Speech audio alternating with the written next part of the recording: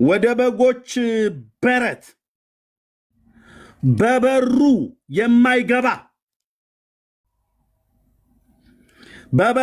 የማይገባ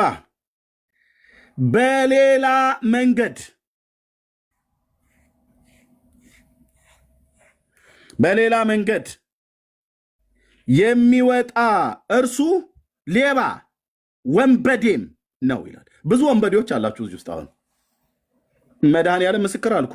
ብዙ ወንበዴ፣ ብዙ ሌቦች። በአርሴማ በኩል መንግስተ ሰማያት እገባለሁ ብለህ የምትል ቆንጅዬ ወንበዴ፣ ጅንስ የለበስክ ወንበዴ። በማርያም በኩል መንግስተ ሰማያት ማን ይህንን ያለው? ፓስተር አንዳርጋቸው አይደለም። እኔን ያለው ታላቁ መምህር በምስጋና የተከበረና የተፈራ ከአንደበቱ ጽድቅና እውነት ብቻ የሚወጣ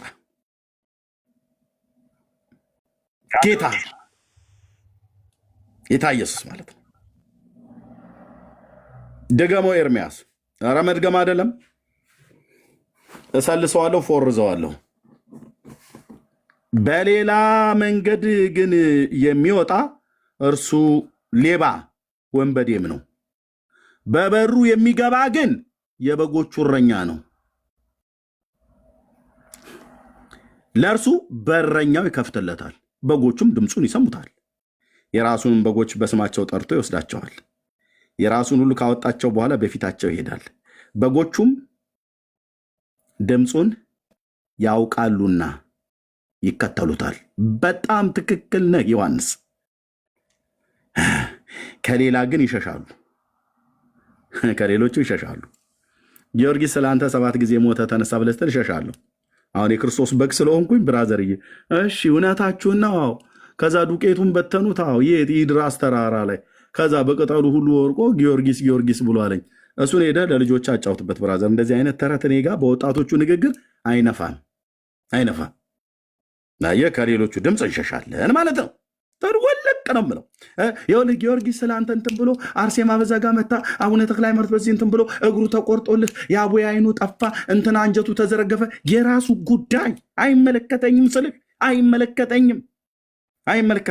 ለምን? ጌታዬ እንዲህ ብሎኛል። ከሌላው ግን ይሸሻሉ፣ የእረኛቸውን ድምፅ ግን ያውቃሉ። ይኸው የእረኛዬ ድምፅ፣ ይኸው የመድኃኒቴ የኢየሱስ ክርስቶስ ድምፅ። ይከተሉታል። ከዛ ከሌላው ግን ይሸሻሉ፣ አይከተሉም። የሌሎችንም ድምፅ አያውቁምና ይላል። ለዚህ ነው አላቅም። ጊዮርጊስ ብለህ ብትለኝ ትዝም አይለኝም። ትዝም የመዳኑ መንገድ ውስጥ አስገብተህ ማርያም እመቤቴ ብለህ ብትለኝ ኖ፣ የጌታዬ እናት ናት። አዎ አውቃለሁ። ቤዛዬን ወልዳለች እንጂ እሷ ቤዛዬ አይደለችም። የተከበረች እህት ናት። እሷ እንደዚህ ብላ አላስተማረችም። ሐዋርያቱም አሁን ኦርቶዶክስ እንደሚሏት አላስተማሩላትም። እነሱ ራሳቸው ከየት እንዳመጡት ይጠየቁ። የጌታዬ እናት በጣም ነው የምወዳት፣ በጣም ነው የማከብራት። አዳኜና መድኃኒቴ ግን አይደለችም፣ ለእኔም ለጴንጤውም። ኢየሱስ ይህንን ምሳሌ ነገራቸው፣ እነርሱ ግን የነገራቸውን አላስተዋሉም። ኢየሱስም ደግሞ ኢየሱስም አላቸው እውነት እውነት እላችኋለሁ የበጎች እኔ እሺ አንተ የበጎች በር ነኝ፣ እናቴም የበር ናት አለ። የለም ከኔም በፊት የመጡ ሌቦችና ወንበዴዎች ናቸው። ከእርሱም በኋላ መጥተው መግቢያ ናቸው ብሎ የሚሉ ሌባና ወንበዴ ናቸው። አይ ከሱ በፊት መጥተው ነበረ ወደ እረኞች፣ ወደ በጎቹ። ዳሩ ግን በጎቹ አልሰሟቸውም። በሩ እኔ ነኝ። ኢየሱስ እኮ ነው የሚለው። እንዴት ደስ ይላል! አንተዬ እንዴት ደስ ይላል! እንዴት ደስ ይላል! እንዴት ደስ ይላል! በቃ የሙጥኝ ነፍሴ ስቅ የምትለው እዚህ እውነት ላይ ነው። በሩ እኔ ነኝ። በእኔ እና በእናቴ እና በተክለ ሃይማኖት በእነ አርሴማ እና በእነ ተክለ ሃይማኖት በኩል ሁሉ የሚገባ ቢኖር የለም እንዲህ አይነት ቅጠልጣይ። በሩ እኔ ነኝ። በእኔ የሚገባ ቢኖር ይድናል፣ ይገባል፣ ይወጣል፣ መሰማሪያም ያገኛል። ስለዚህ ኤርሚያስ ምንድነው ማድረግ ያለበት? በኢየሱስ ክርስቶስ በኩል ናግባ አሉኝ ጴንጤዎቹ የዛሬ 27 ዓመት። ናግባ ዝም ብለህ እንትን መግደርደርህን ትተህ ይኸውልህ ኤርሚያስ ኢየሱስ በር ነው እና በሱ በኩል ግባና ከዘላለም ቁጣ ተረፍ ሲሉኝ እሺ ብዬ ለመዳኑ ወንጌል የኢየሱስ ጌታ ንግግር ዘወርዋራ አይደለም፣ የማይገባ ጥልፍልፍ አይደለም። በሩ እኔ ነኝ፣ መንገዱስ እኔው ነኝ፣ የህይወት እንጀራ እኔው ነኝ። ጌታ እኮ ነው የሚለው። የህይወት እንጀራስ እንትና ጋር እሷ ትሰጥሃለች ቆርሳ አላለም። እኔ ነኝ። ህይወትስ እኔው ነኝ። እውነትስ እኔው ነኝ። የመስዋዕትስ በግስ እኔው ነኝ። ነፍሴን ስለ በጎቼ የማኖረው እንዴ በእኔ ነኝ ጨረስከው። ጌታ ኢየሱስ ክርስቶስ ሁሉንም ለሌሎች አታከፋፍልም? የለም። ለምን? አይችሉምና። ማርያም የህይወት እንጀራ አይደለችም። ተክለ ሃይማኖት የህይወት ምንጭ ውሃ አይደለም። ገድለ ተክለ ሃይማኖትን ግን ስታነባው ተክለ ሃይማኖትን የህይወት እንጀራችን ይልሃል። ተክለ ሃይማኖት በተጠማን ጊዜ እውነተኛ መጠጣችን ይልልሃል።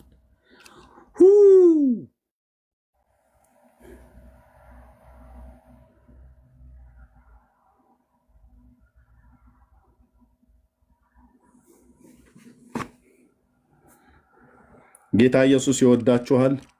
የዘመናችሁ ቁጥር እንዳያልቅ። ኦኬ።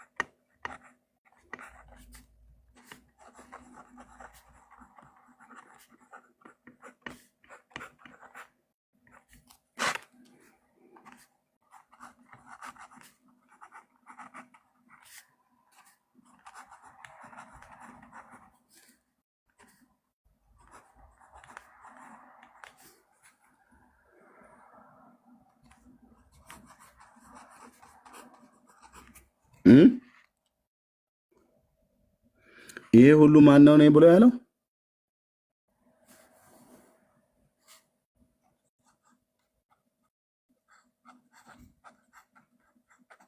በሙሉ ሙላዎችን ጨምራት እዚህ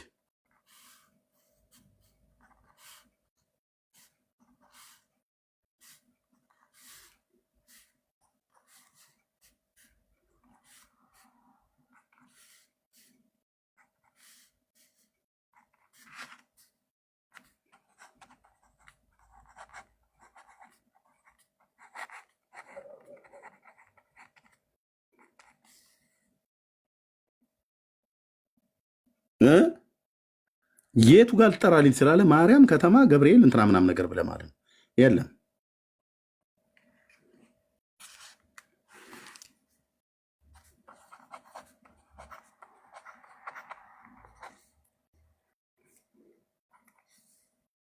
በሊቀ ክህነቱ ማለት ነው። በዚህኛው በሊቀ ክህነቱ መካከለኛ ማለት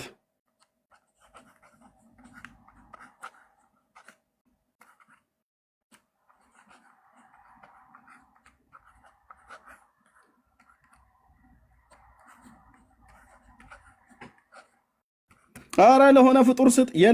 የለም አንሰጥም። እምቢ። ለምን? መጽሐፉ አልሰጣቸውም።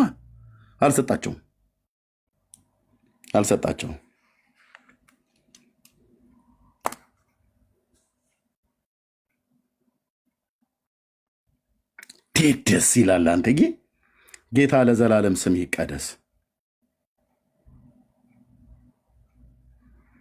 ለዘላለም ስም ይቀደስ።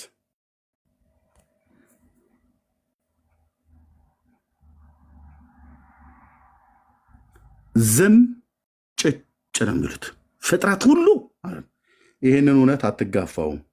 በጥቅስ እያስደገፍኩ ላጥ ላጥ ላጥ ላጥ ላጥ ላጥ እያደረኩ እሰካካልሃለሁ ማለት ነው። ውዴ እዚህ ቆሟል። ንጉሱ ያው ውዴ እዚህ ቆሟል። እኔ ነኝ ያለው የዘመናት ንጉስ፣ የምድር ዳርቻዎች ሁሉ ፈጣሪ ኢየሱስ ክርስቶስ የእግዚአብሔር ልጅ። ሌሎቹስ ጥግ ጥጋቸው ቁጭ ብለው ነው የሚያዩት። እነ ማርያም፣ ሌሎች ለምትላቸው መላእክት ሁሉ ጨምሮ አብርሃም፣ ይስሐቅ፣ ያዕቆብ፣ ነቢያት እግዚአብሔር የኢሳያስ፣ የኤርምያስ፣ ሕዝቅኤል፣ ዳንኤል፣ አዲስ ኪዳን ሐዋርያት እነ ጳውሎስ፣ ጴጥሮስ፣ ዮሐንስ፣ እንድርያስ፣ በርቶሎሜዎስ፣ ሳራ፣ ርብቃ፣ ልያ፣ የሳሙኤል እናት ሐና፣ ዮካብድ፣ የሙሴ እናት። ወደ ሕገ ልቦና ላይ ብትሄድ አቤል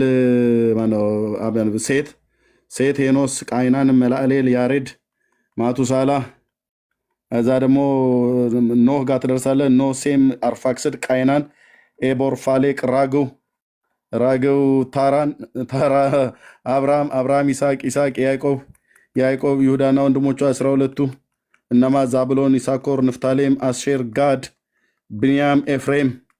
እዚህ ድነት ውስጥ የሉም።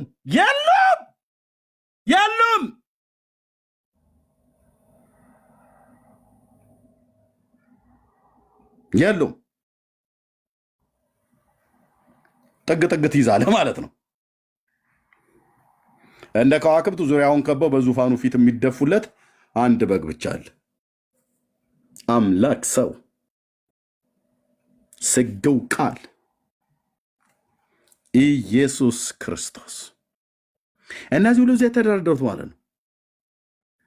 መላእክት ሚካኤል፣ ገብርኤል፣ ሱራፌል፣ ኪሩቤል፣ 24ቱ ሽማግሌዎች፣ 4ቱ እንስሶች፣ በሰማይ በምድር ያለ ፍጥረት ሁሉ በሙሉ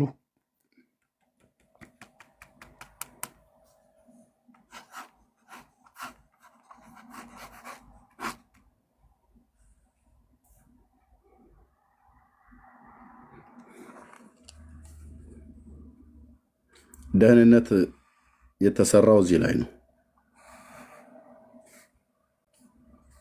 አናደድኳችሁ አይደል? ክብር ለመድኃኔዓለም ይሁን። ራሱ አንዱ አገልግሎቱ ማናደድም ጭምር ስለሆነ ማለት ነው። እርድብን አረገኝ ብላልክ ቴንኪዩ መንፈስ ቅዱስ ለዘላለም ስም ይባረክ። ወንድማችንን ቆሽቱ ርር እንዲል ስላረከው ከዚህ ማረር ቀጥሎ ወደ ልጅ ወደ ኢየሱስ ክርስቶስ መዳን ወንጌል ስለሚመጣ ወንጌል አያናድድም እያልኩ አይደለም። ጥርሳቸውን ያንቀጫቀጩበት እኮ እስጢፋኖስ ላይ ድንጋይ አንስተው እስከ መውገር ድረስ የደረሱት ተናደው ነው።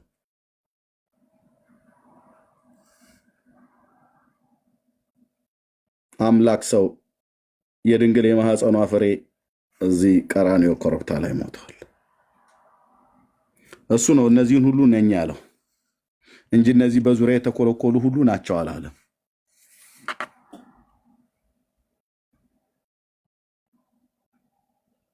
አላል ደስ ይላል። የኔ ጌታ ለዘላለም ስም ይባረክ። ማዳን የበጉ ነው። ማዳን የእግዚአብሔር ነው። ሰውን የሚያድነው የፈጠረው ጌታ እግዚአብሔር እንጂ የተፈጠረ የአረብ ሽማግሌ ሁሉ አሁን እኔ ሊያድነኝ ሲታይ የአቡነ እንትና በረከታቸው ይደርባችሁና ይላል። ምን በረከት አለውና? ሰው በረከት አለው እንዴ? ሲጀምር የለውም እኮ ሰው በረከት የለውም። በረከቱ ይደርባችሁ ይላል። ያው እኔ እግዚአብሔር ልጁን ለዓለም ሲሰጥ ቀራንዮ መስቀል ላይ እንዲሞት አደረገው። ተቀዳሚና ተከታይ በሌለው በባህሪ ልጁ በኢየሱስ ክርስቶስ ዓለምን ሊባርክ የእግዚአብሔር አብ በጎ ፈቃድ ሆነ። ስለዚህ ቅዱስ ጴጥሮስ ሲናገር ምን አለ? እያንዳንዳችሁን ከክፋታችሁ እየመለሰ ይባርከው ዘንድ ብላቴናውን ላከው ይላቸዋል። ኢየሱስን ሰደደው። ቅዱስ እግዚአብሔር አብ ሲባርክ ልጁን በመስጠት ነው የባረከው። ልጁ ያለው ሕይወት አለው፣ የእግዚአብሔር ልጅ የሌለው ሕይወት የለውም። በቃ በረከቱ ይሄው ስለሆነ ማለት ነው። ከዛ ውጭ አንተ ከሶሪያ ሀገር መጡ የተባለ የቋቋ ሽማግሌና አሮጊት ሰብስበህ የእንትና በረከቱ ይደርብበት ትላለህ እንዴ? ያደርግልህ የበሽር አልአሳድ ወንድም ምን እኔ ላይ ምን በረከት ያሳድራል? ከአውሮፓም አምጠው አልኩ። የሀገር በቀል አሮጊትም ሽማግሌም ይነሳ፣ ማንንም ጥራ አልኩ።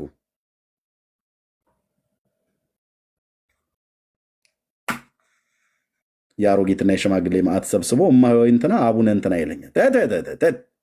ሄድ እኔ መድኃኔዓለም ባሪያ፣ እውነቴን እኮ የምልህ እኔ የሥላሴ ባሪያ እንዴ፣ እውነቴን እኮ ብዬ እጆቹ ሰሩ ለወሱኝ እንዳለ ዳዊት ማነው ኢዮብ ግሩምና ድንቅ አድርጎ የፈጠረኝ የሥላሴ ባሪያ ለሰው ስሰግድ የኖርኩበት ዘመን ይቆጨኛል ስልህ አሐዱ ስሉስ አምላኬ ነው። ከዛ ውጪ ጠጋ ሲይዝልሃለሁ አልኩ ከጎዳና ላይ እየጠረኩ ይሄንን የአረብ ሽማግሌ ሁሉ ገለል።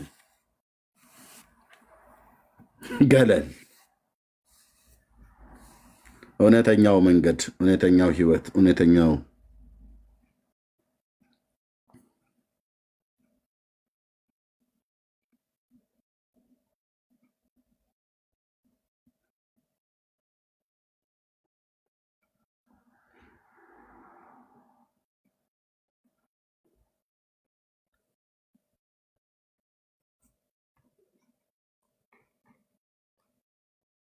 እሱ ነው። ይሄን ሁሉ የሆነው ሌላውን ጥግ ታደርጋለህ አልኩ። እሱ ነው ከሰማያት ወርዶ ሰው በመሆኑ በር ነኝ፣ መንገድ ነኝ፣ እውነት ነኝ፣ ህይወት ነኝ፣ የህይወት ውሃ ነኝ፣ የህይወት እንጀራ ነኝ፣ የመስዋዕት በግ እኔ ነኝ፣ ሊቀ ካህን እኔ ነኝ፣ ሐዋርያ እኔ ነኝ። ከአብ የተላከ ማለት ነው። ሐዋርያ ማለት አፖስቶል የተላከ ማለት ነው። ከአብ ተልኮ የመጣ ዕብራውያን መጽሐፍ ምዕራፍ 3 ቁጥር 1 እና 2 ላይ ነብይ ነኝ ያለው እሱ ነው። ትንሣኤና ህይወት እኔ ነኝ፣ መካከለኛ ነኝ፣ አማላጅ ነኝ፣ አስታራቂ ነኝ፣ ፈራጅ ነኝ ያለ ሁሉ በሁሉ ኢየሱስ።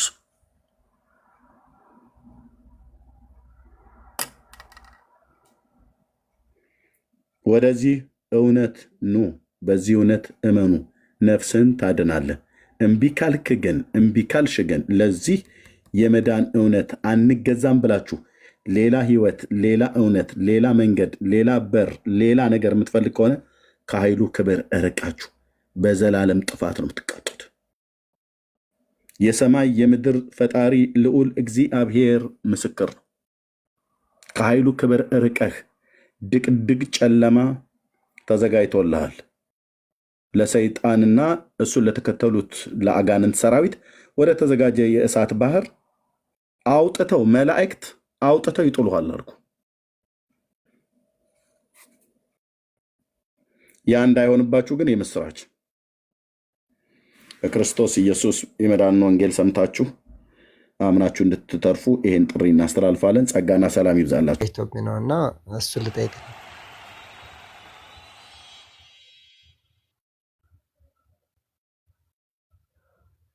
ቅድም በተነጋገርነው ዙሪያ ማለት ነው ክርስቶስን የምንከተለው እንትን የምንሆነው በማመናችን ነው ወይስ በመጠመቃችን በሚለው ጉዳይ ማለት ነው። እሺ ጠይቀኝ ዳጊ፣ ያለህ አይደል? ትችላለህ? አንድ 3 ደቂቃ ስጠኝ ሻይ እስክጠጣ። ዳጊ ትችላለህ? እሺ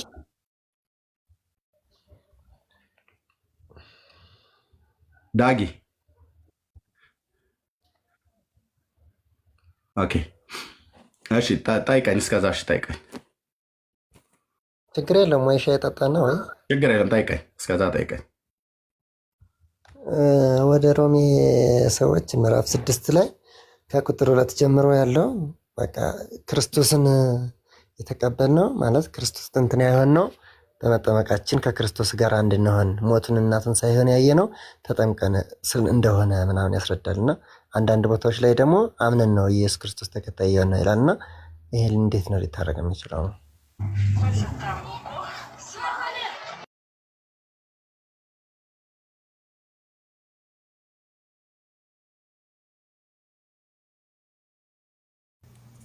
እሺ ሰምቼዋለሁ። ጥያቄ ነበር የጠይቀኝ። 2 ጥቅሶችን አውርታኝ ነበር ቅድም።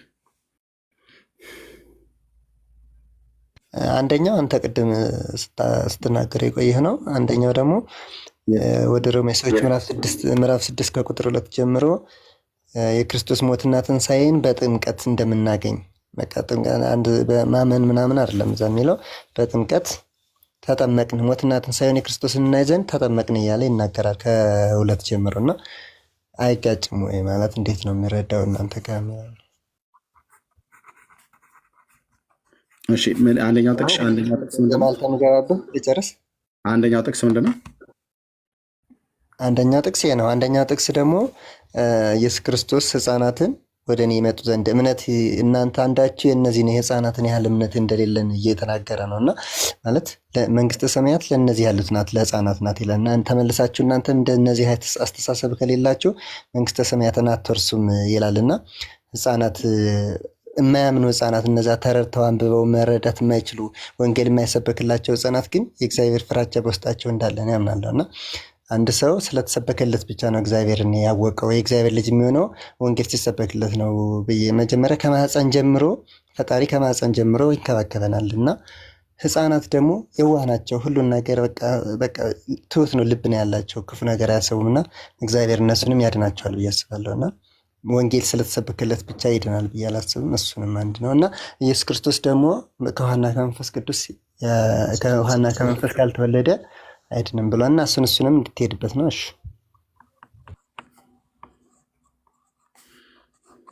እሺ ኦኬ። የህፃናት ጉዳይ ይድናሉ ወይ? አዎ ይድናሉ። ህፃናት በህፃነታቸው ጊዜ ቢሞቱ ምንም ጥርጥር የለውም 1000% መንግስተ ሰማያት ነው የሚገቡት። ማን ያለው? ጌታ። መንግስተ ሰማያት ለእንደነሱ አይነት ናትና ብለዋል። ምንም የሚያውቁት ነገር የለም።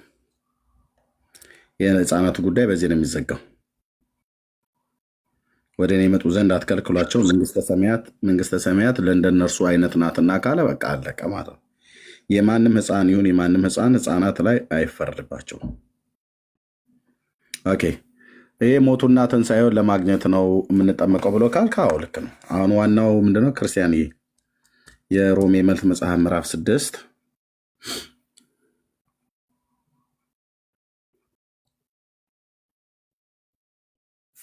ቁጥርን 1 እና 2 ሳይሆን ወርታይ ዝቅ ብሎ ነው ያለው። እንግዲህ ምን እንላለን? ጸጋ እንዲበዛ በኃጢአት ጸንተን እንኑርን? አይደለም ይላል።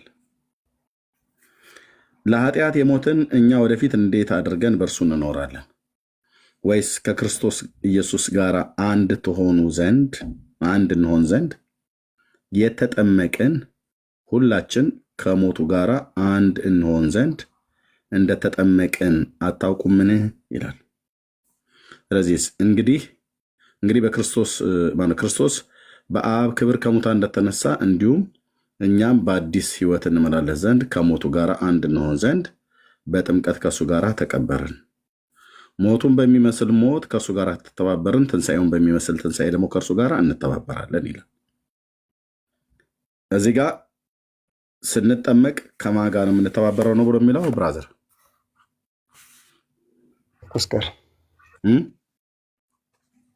ክርስቶስ ጋር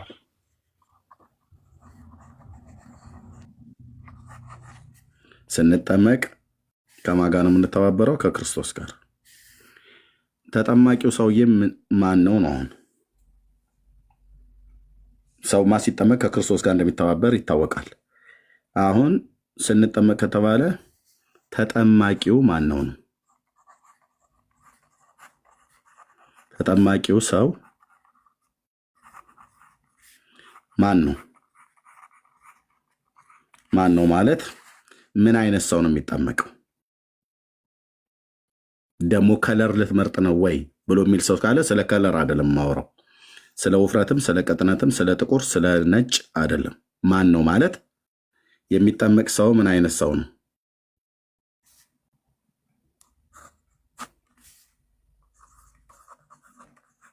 ወይስ የትኛው ነው የሚጠመቅ ሰው? ብራዘር ክርስቲያን፣ አቤት። የትኛው ሰው ነው መጠመቅ ያለበት ነው ብሎ ያለው ሰው ብዬ ስልህ በዚህ መሰረት ማለት ነው። ያመነ ወይስ ያላመነ ነው የሚጠመቀው? ያመነ ነው የሚጠመቀው። ያመነ ነው የሚጠመቀው። ይህንን ጌታችን በማርቆስ 16 ላይ ተናግሮታል አይደል? ታስታውሳለህ? ያመነ የተጠመቀም ይድናል ብሎ ማለት ነው አይደል? ያላመነ ሰው እንዲጠመቅ የሚናገርበት የመጽሐፍ ቅዱስ ክፍል አለ? ያላመነ አይ ቲንክ አሕዛብን ሄዳችሁ አጥምቋቸው አስተምራቸውም የሚል አለ የሆነ ጥቅስ፣ ግን እሱን አላውቀውም ቁጥሩን። እኮ እነሱ ሳያምኑ ነው ያንኛ ሰዎችን ሳያምኑ ነው አጥምቋቸው ብሎ ያለው። ልንገርህ፣ በጣም ቅን እና የዋህ ወንድም ስለሆንክ ልንገርህ፣ ማቴዎስ ወንጌል መጽሐፍ ምዕራፍ 28 ቁጥር 19 እና 20 ነው አሕዛብን ሁሉ ብሎ የሚለው። ይሄን ቃል ማለት ታስታውሰዋለህ። እንግዲህ ሂዱና አሕዛብን ሁሉ በአብ በወልድና በመንፈስ ቅዱስም እያጠመቃችኋቸው ያዘዝኋቸውን ሁሉ እንዲጠብቁ እያስተማሯቸው ደቀ መዛሙርት አድርጓቸው። እነሆ እኔ እስከ ዓለም ፍጻሜ ድረስ ሁልጊዜ ከእናንተ ጋር ነኝ። ይሄን ቃል ነው አደለ ብለህ የምትለው? በትክክል ኦኬ። እነዚህ ሰዎች ያላመኑ ሰዎችን ነው አጥምቁ ብሎ ያለው። እንደዛ ነው የተረዳኸው? እንደዛ ነው የሰማኸው ከዚህ በፊት? አዎ፣ ምክንያቱም አሕዛብ ስለሚል ክርስቲያኖችን እያመኑት ሰዎች አይደለም ያለው፣ አሕዛብ ስለሚል አሕዛብ ደግሞ በመጽሐፍ ቅዱስ የማያምኑ ሰዎች ሌሎችም አረቦችንም ሁሎችንም ያካትታልና እንደዛ ብዬ ነው የምረዳው። ስለዚህ እነዚህ አሕዛብን ብሎ የሚላቸው ሰዎች ክርስቲያኖችን አይደለም ያላመኑ ሰዎች ነው። ኦኬ።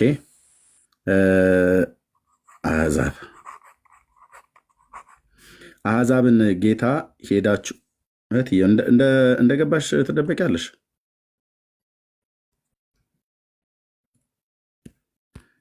በወረጅታችሁኝ። ኦኬ። አሕዛብን አጥምቋቸው ነው ያለው ጌታ።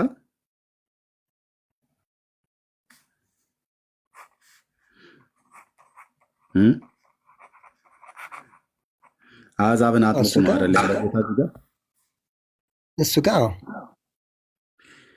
አሕዛብ ግን ከመጠመቃቸው በፊት ሊያሰሟቸው የሚችሉት ነገር ሐዋርያቱ ሊነግሯቸው የሚችሉት ነገር የለም? ይችላሉ። ለምሳሌ ምንድነው ማሰማት ያለባቸው? ምን አጥምቃችሁ የክርስቶስ ተከታይ አድርጋችሁ ሊሏቸውም ይችላሉ። ምንም ሳይነግሯቸው? አይ እሱ ጋር ግልጽ የተቀመጠ ነገር ስለሌለ ነው። እያጠመቃችኋቸው አስተምሯቸው ስለሚል እያጠመቁ በአብ በወልድ መንፈስ ቅዱስ ስም እያሉ እዛ ጋር እያጠመቁ ሊያስተምራቸው ይችላሉ። ኦኬ። አሕዛብን እዚህ ጋር ሐዋርያቱ መጥተው ሐዋርያቱ ወደ ዓለም ሁሉ ሄደው አሕዛብን ምን አሉ?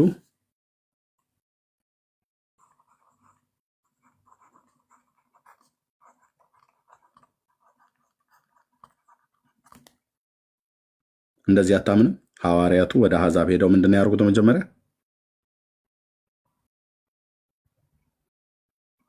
ክርስቲያን ማይከን ክፈተው፣ እኔ እናንተ ስለምናወራ። ሐዋርያቱ ወደ አሕዛብ ልኳቸው ነው አይደል? ወደ አሕዛብ የሄዱት ልኳቸው። እንግዲህ ሂዱና ብሎ ሲል ልኳቸዋል ማለት ነው። ሂዱ ያላቸው ሐዋርያቱን ነው። ወዴት ነው ሂዱ ያላቸው? ወደ አሕዛብ ሁሉ ማለት ነው። ስለዚህ ሐዋርያቱ ተላኩ ወዴት? ወደ ዓለም ሁሉ ማለት ነው። ከዛ አሕዛብን አገኙ። ከዛ ሄደው ቀጥታ አሕዛብን አግኝተው ጥምቀት ነው ያጠመቁት ወይስ ወንጌል ነው የሰበኩት? መጀመሪያ እሱ ጋር ትእዛዙ የሚለው እያጠመቃችኋቸው አስተምሯቸው ነው የሚለው። ግን እንግዲህ እዛ ጋር ሪል ቦታ እኔ አሁን በዚህኛው መሰረት አሕዛብን አጥምቁ አለ። ካጠመቃችሁ በኋላ አስተምሩ አለ አይደል? ካስተማሩ በኋላ ደቀ መዛሙር አድርጉ ነው አይደል ያለው?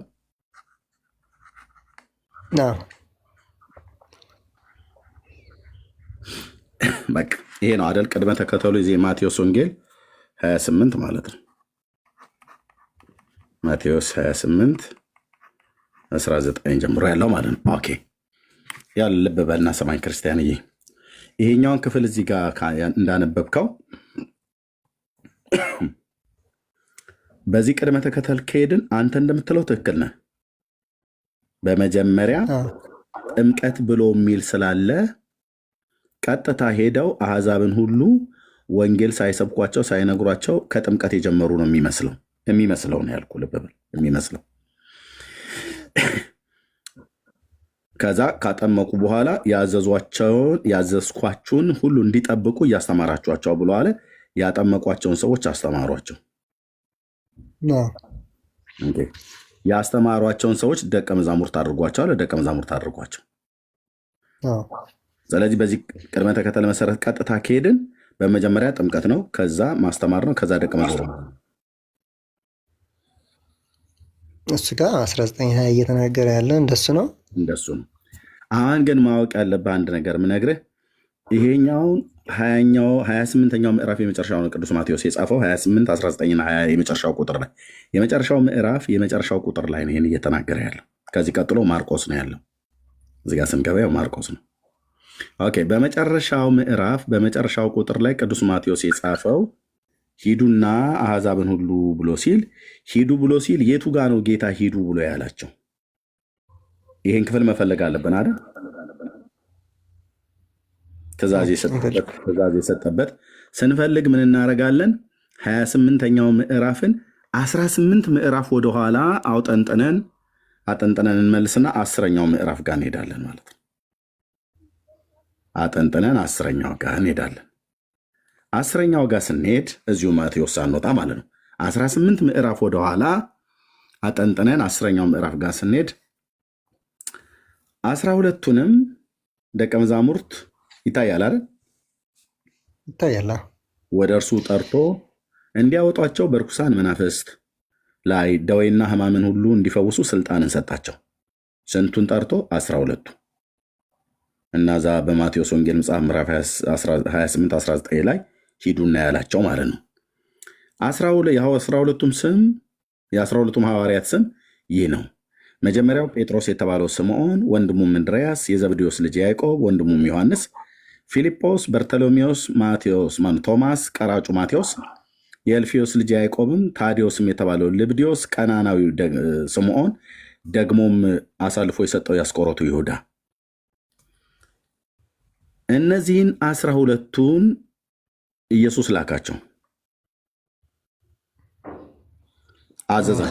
አዘዛቸው። እንዲህም አለ፣ ወደ አሕዛብ መንገድ አትሂዱ፣ ወደ ሰማርያንም ከተማ አትግቡ፣ ይልቅስ የእስራኤል ቤት ወደ ሆኑት ወደ ጠፉ በጎች ሂዱ እንጂ። ኦኬ። ሄዳችሁም ምን በሉ ነው ያለው? መንግስተ ሰማያት ትቀርባለች ብላችሁ ስበኩ ይላል። ምን በሉ? መንግስተ ሰማያት ትቀርባለች ብላችሁ ስበኩ ይላል። ያ የሚሰብኩት ስብከት ወንጌል ነው? ወንጌል አይደለም? ወንጌል ነው። መንግስተ ሰማያት ትቀርባለች እያሉ እስከሆነ ድረስ ወንጌል ነው። አዎ። ስለዚህ አስቀድሞ ወደ እስራኤልም ወደ አሕዛብም ቤት ወደ ሁለቱም ሲሄዱ ስበኩ ብሎ ያላቸው መጀመሪያ ምን አድርጉ ነው ያላችሁ? ስበኩ ብሏል እዚህ ጋር። ኦኬ፣ ስበኩ ብሏል። ይሄ ማለት ነው። ኦኬ። ሲሰብኩ ሰዎች ሰሟቸው አይደል? ሰሟቸው። ሰማል። ሲሰሙ ሰው አመን አይደል? ያመንም አለ ያላመንም አለ። ያመኑቱ አመኑ፣ ያላመኑ አላመኑም። ልክ ነው። ግን ያመኑ አሉ አይደል? ለምሳሌ እዛው ጠፉቱ ወደ እስራኤል ቤቶች አይደል ያለው? ይልቅስ የእስራኤል ቤት ወደ ሆኑት ወደ ጠፉት በጎች ሂዱ እንጂ አላቸው አይደል? ስለዚህ ስብከተ ወንጌሉን ከየት ነው የጀመሩት? መጀመሪያውን ወንጌል ስብከት ሲሰብኩ ከየት ነው የጀመሩት ሐዋርያቱ? ከእስራኤል ሕዝቦች ነው። አዎ፣ ከኢየሩሳሌም አይደል? ትክክል። የጠፉ በጎች እዚህ አሉ፣ የእስራኤል ቤት የሆኑ ለእነሱ ስብከተ ወንጌል መሰበክ ስለነበረበት እዚህ ስብከተ ወንጌልን ሰብከዋል አይደል? ትክክል። ስብከተ ወንጌልን ሲሰብኩነ ጴጥሮስ ሰዎች ሰምተው ልባቸው ተነክቷል አይደል?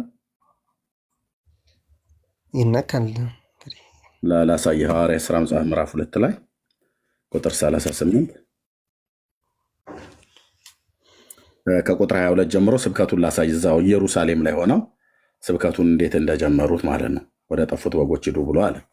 እዛው በዓለ ሃምሳ መንፈስ ቅዱስ በወረደበት ቀን ስብከተ ወንጌሉን ጀመረ። ጴጥሮስ የሚባለው ታላቁ ሐዋርያ የእስራኤል ሰዎች ሆይ ስብከት ነው። ልብ በልና ስሙ። ይህንን ቃል ስሙ። ራሳችሁ እንደምታውቁት የናዝሬቱን ኢየሱስ እግዚአብሔር በመካከላችሁ በእርሱ በኩል ባደረገው ተአምራትና በድንቆች በምልክቶች ከእግዚአብሔር ዘንድ ለእናንተ የተገለጠ ሰው ነበረ። እርሱንም በእግዚአብሔር በተወሰነ ሐሳቡና በቀደመ እውቀቱ ተሰጥቶ በአመፀኞች እጅ ሰቀላችሁት፣ ገደላችሁት። እግዚአብሔር ግን የሞትን ጣር አጥፍቶ አስነሳው፣ ሞት ይዘው ዘንድ አልቻለምና። የጴጥሮስ ስብከት ነው። ኢየሩሳሌም አካባቢ ማል ላይ ከተማ ቆሙ። የጠፉት የአይሁድ በጎች ማነው? የእስራኤል በጎች የተባሉት የእስራኤል ሕዝብ እግዚአብሔር የሞትን ጣር አጥፍቶ አስነሳው፣ ሞት ይዘው ዘንድ አልቻለምና። ዳዊት ስለ እርሱ እንዲህ ይላልና ብሎ የብሉይ ኪዳን መጽሐፍትን ጠቅሶ ጌታን ሁልጊዜ በፊት ያየሁት እንዳልታወክ፣ ስለዚህም ልቤ ደስ አለው፣ ልሳኔም ሐሴት አደረገ፣ ደግሞም ሥጋዬ በተስፋ ያድራል። ስብከት ነው። ይሄን ሁሉ የሚሰብከው ጴጥሮስ ከዳዊት መዝሙር ላይ እየጠቀሰ ሁሉ ማለት ነው። ነፍሴም በሲኦል አትተዋትምና ቅዱስ መበስበስን ያይ ዘንድ አትሰጠውም። የሕይወትን መንገድ አስታወቀኝ፣ ከፊት ጋር ደስታን ትሞላብኛለህ ቃል በኋላ የዳዊትን መዝሙር ጠቅሶ ወንድሞች ሆይ አለ። አሁን እንደገና ደግሞ ቁጥር 22 ላይ ወንድሞች ሆይ ብሎ የጀመረው ቁጥር 29 ላይ ወንድሞች ሆይ ብሎ ነው በየመካከል የሚሰብከው ማለት ነው። ከዚህ ገባ የእስራኤል ሰዎች ይህን ቃል ስሙ ብሎ ማለት ነው። እሺ ወንድሞች ሆይ ስለ አባቶች አለቃ ስለ ዳዊት እንደሞተና እንደተቀበረ ለእናንተ በግልጥ እናገር ዘንድ ፍቀዱልኝ። መቃብሩ እስከ ዛሬ ድረስ በእኛ ዘንድ ነው። ለምንድን ነው በስብከት ውስጥ ዳዊትን መጨመር የፈለገው? ጴጥሮስ የዳዊትን መዝሙር ጠቅሷል። የዳዊትን መዝሙር ስለጠቀሰ ይሄ ዳዊት ይህንን የተናገረው ስለ ራሱ ነው ወይስ ስለ መሲሁ ነው ብሎ የሚል መረዳት ነበረ በአይሁዳውያኑ ዘንድ። አይሁዳውያኑ ስለ ራሱ ነው የተናገረው ብለው ይላሉ። ዳዊት ደግሞ ጴጥሮስ ደግሞ ይህንን ስለሚያውቅ ስለተረዳ ወንድሞች ሆይ ስለ አባቶች አለቃ ስለ ዳዊት እንደሞተና እንደተቀበረም ለእናንተ በግልጥ እናገር ዘንድ ፍቀዱልኝ። መቃብሩ እስከ ዛሬ ድረስ በእኛ ዘንድ ነው አለ። ማለት ምንም አያጨቃጭቀንም በዚህ ጉዳይ ላይ። ይህንን ዳዊት ስለ ራሱ ነው የተናገረው አይደለም ብሎ የሚለውን ልንከራከርበት አይገባም ነው። የሆነ ሙግት እንዳነሱ ያሳያል። ምክንያቱም ነፍሴን በሲኦል አትተዋትም፣ ቅዱስ መበስበስን ያይ ዘንድ አትሰጠውም ብሎ ያለው ዳዊት ስለ ራሱ ነው ብላችሁ የምትሉ ከሆነማ ዳዊት ሞቶ ተቀብሮ መቃብሩ በእኛ ዘንድ አይደለው ያለው። ስለዚህ ዳዊት ስለ እሱ አይደለም የተናገረው ነው እያለ ያለው። እነሱ በተቃራኒ ነው የሚናገሩት ማለት ነው። ይኸውልህ በስብከት ውስጥ ነው መቃብሩ እስከ ዛሬ ድረስ በእኛ ዘንድ ነው ካለ በኋላ ነቢይ ስለሆነ ዳዊት ማለት ነው ነቢይ ስለሆነ ከወገቡ ፍሬ በዙፋኑ ያስቀምጥ ዘንድ እግዚአብሔር መሐላ እንደማለለት ስላወቀ ስለ ክርስቶስ ትንሣኤ አስቀድሞ አይቶ ነፍሱ በሲኦል እንዳልቀረች ሥጋውን መበስበስ እንዳላየ ተናገረ። የዳዊትን መዝሙር የጠቀስኩበት ምክንያት ይሄ ክርስቶስ ኢየሱስ በሦስተኛው ቀን እግዚአብሔር የሞትን ጣር አጥፍቶ ተነስቷል ብዬ ያልኳችሁ ሰው የኛው ወገን የሆነ አይሁዳዊ የሆነው ሰው ኢየሱስ በአመፀኞች እጅ እንዲሰቀል እንዲገደል ያደረጋችሁት ኢየሱስ ስለሚባለው ስለ ጌታዬ ወይ እናንተ ሰው ነው ብላችሁ ስለምትሉት፣ አዎ ሰው ነው።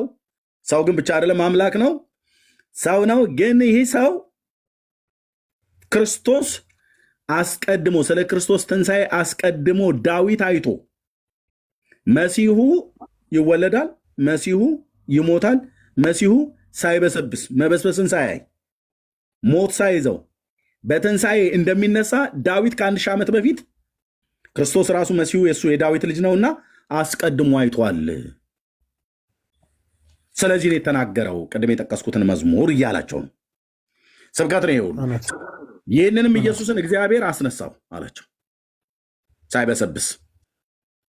ስለዚህም ነገርኛ ሁላችን ምስክሮች ነን። ስብከት ነው። ስለ ኢየሱስ ነው የሚያወራ ይሁን ሁሉ። ስለዚህ በእግዚአብሔር ቀኝ ከፍ ከፍ ብሏልና የመንፈስ ቅዱስንም የተስፋ ቃል ከአብ ተቀብሎ ይህን እናንተ አሁን የምታዩትና የምትሰሙትን አፈሰሰው። ዳዊት ወደ ሰማይ አልወጣምና ነገር ግን እርሱ አለ ጌታ ጌታዬን አልበቃውም። ጴጥሮስ ይጠቅሳል ከዳዊት ላይ የሄደ በጣም ነው የሚገርመው። አሁን ደግሞ መዝሙር 109 በቅንፍ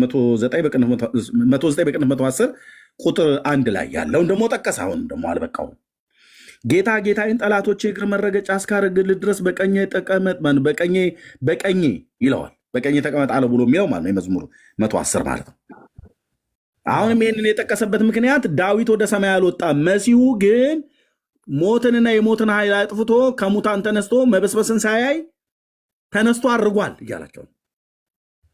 መሲሁ ሞትን ሳያይ እንደተነሳ ከሙታን እና እንዳረገ እኛ የአይን ምስክሮች ነንና መነሳቱን ብቻ መሞቱን ብቻ ሳይሆን መነሳቱንም እንመሰክራለን፣ መሞቱንም እንመሰክራለን። በአመፀኞችን ተገድሏል፣ አይተናል። ልክ ነው። ተቀብሯልም። በሶስተኛውም ቀን ከሙታን ሲነሳ የአይን ምስክሮች ነን፣ አይተናል። ይህም ብቻ አይደለም፣ ደግሞ በአርባኛው እስከ 40 ቀን ድረስ ስለ እግዚአብሔር መንግስት አስተምሯቸው በአርባኛው ቀን ደግሞ ወደ ሰማያት እንዳረገ እናውቃለን፣ ምስክሮች ነን። ከዚህ ቃል ጋር ደግሞ ዳዊት አሁንም የተናገረው ብሎ መዝሙር 109 በቅንፍ 110 ቁጥር 1ን ጠቅሶ አሁንም እንደገና ደግሞ ዳዊት ወደ ሰማይ አልወጣምና ነገር ግን እርሱ አለ ዳዊት ስለ ክርስቶስ ከሙታን መነሳት አለመበስበስ ብቻ ሳይሆን እርገቱንም ጭምር አይቷል። ዳዊት የክርስቶስን ሞቱን አይቷል፣ ትንሣኤውን አይቷል፣ እርገቱን አይቷል። እንዴት የሚደንቅ ነው አንተዬ! ዳዊት ንጉሥ ነቢዩ ዳዊት ስለ ልጁ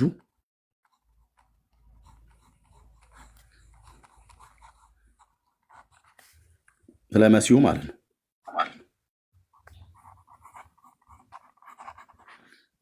አስቀድሞ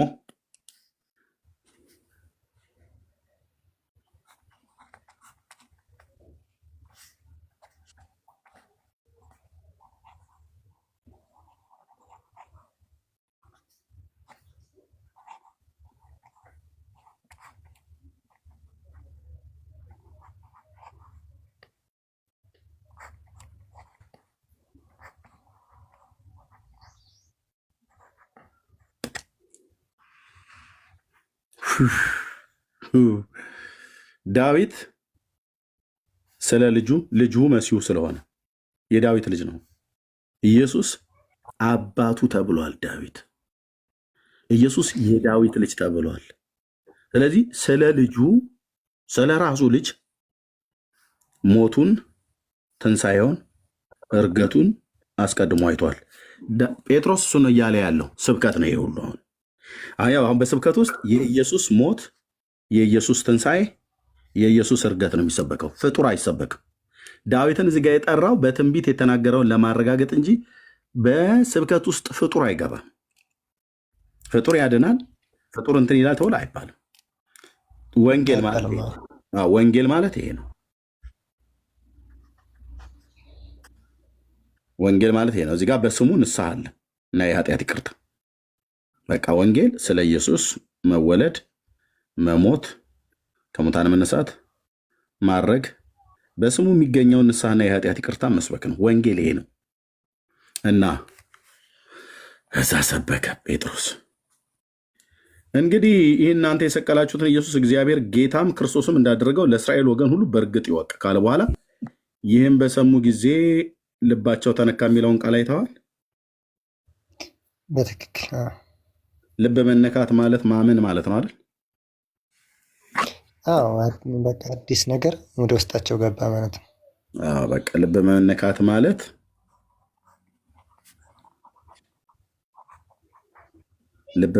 ማለት ማመን ማለት ነው። ከዛ ስላመኑ ምን አሏቸው? ወንድሞች ሆይ ምን እናድርግ አሏቸው ይላል። ስላመኑ ልባቸው የተነካ፣ በስብከቱ ልባቸው ተነካ። ሰው ልቡ ሲነካ በልቡ ያምናል ማለት ነው። ስላመኑ ከዚህ በኋላ አድርጉ ያሏቸውን ሁሉ ለማድረግ የተዘጋጀው ሆነ። ወንድሞች ሆይ ያሏቸው እነ ጴጥሮስን ምን እናድርግ አሏቸው። ጴጥሮስም ንስሐ ግቡ፣ ኃጢአታችሁ የሚሰረይ ዘንድ እያንዳንዳችሁ በኢየሱስ ክርስቶስ ስም ተጠመቁ፣ የመንፈስ ቅዱስንም ስጦታ ትቀበላላችሁ። ኦኬ። አሁን እኔ ምንም የፈለግኩትኝ ይህን በሰሙ ጊዜ ልባቸው ተነካ ይላል አይደል?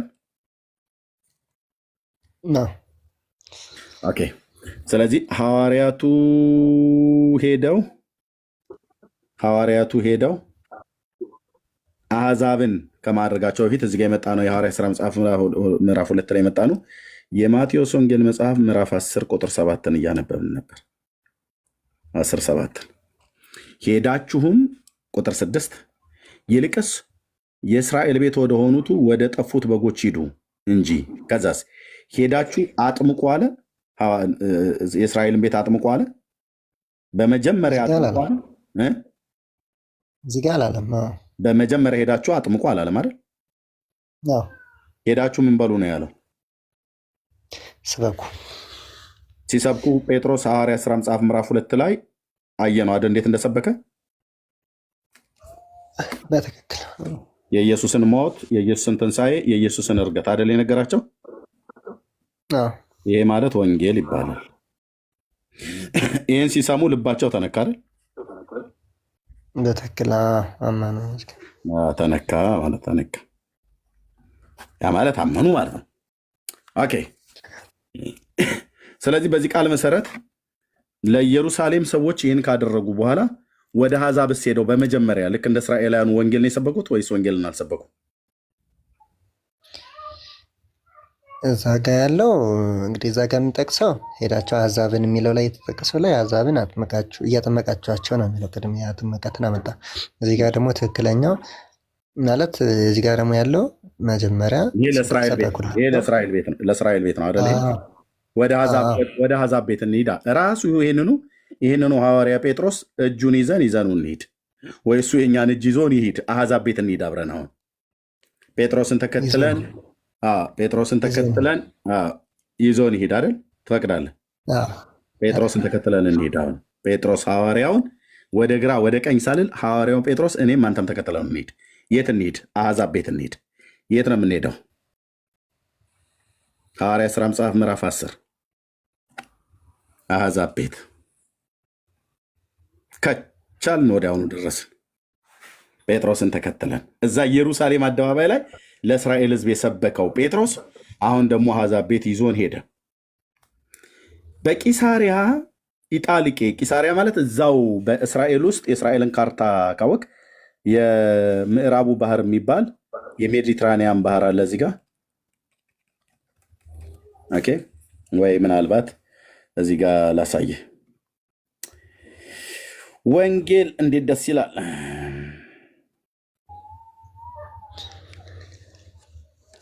ደስ ይላል እኮ ወንጌል። ግን አረዳዱ እያንዳንዱ ሰው የተለያየ አረዳድ ስለሰጠው ምንም ማድረግ አይቻልም። ቆይ ግድ የለም ብራዘር፣ እንዴት ደስ እንደሚል እናየዋለን።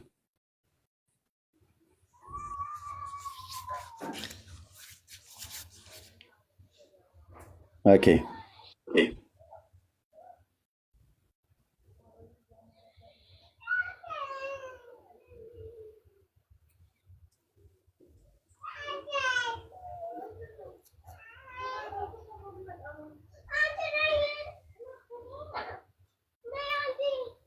እሺ፣ እዚህ ጋር ይታያል ወንድሜ፣ ይታያል። ይሄ የእስራኤል ካርታ ነው። ያኔም አሁንም ቢጫዋ ቢጫዎች ማለት ነው። ኦኬ፣ እዚህ ጋር ትታያለች። ቂሳሪያ የምትባለው ከተማ በእንግሊዝኛ ትታያለች። ቂሳሪያ አያለ ቂሳሪያ ማለት ነው። የመቶ አለቃ ቆርኔሌዎስ እዚህ ነበር ይኖር የነበረው። ከአሕዛብ ወገን ነው። ወደ ይሁዲነት እምነት የገባ ግን እዚች ከተማ ውስጥ ይኖር ነበር።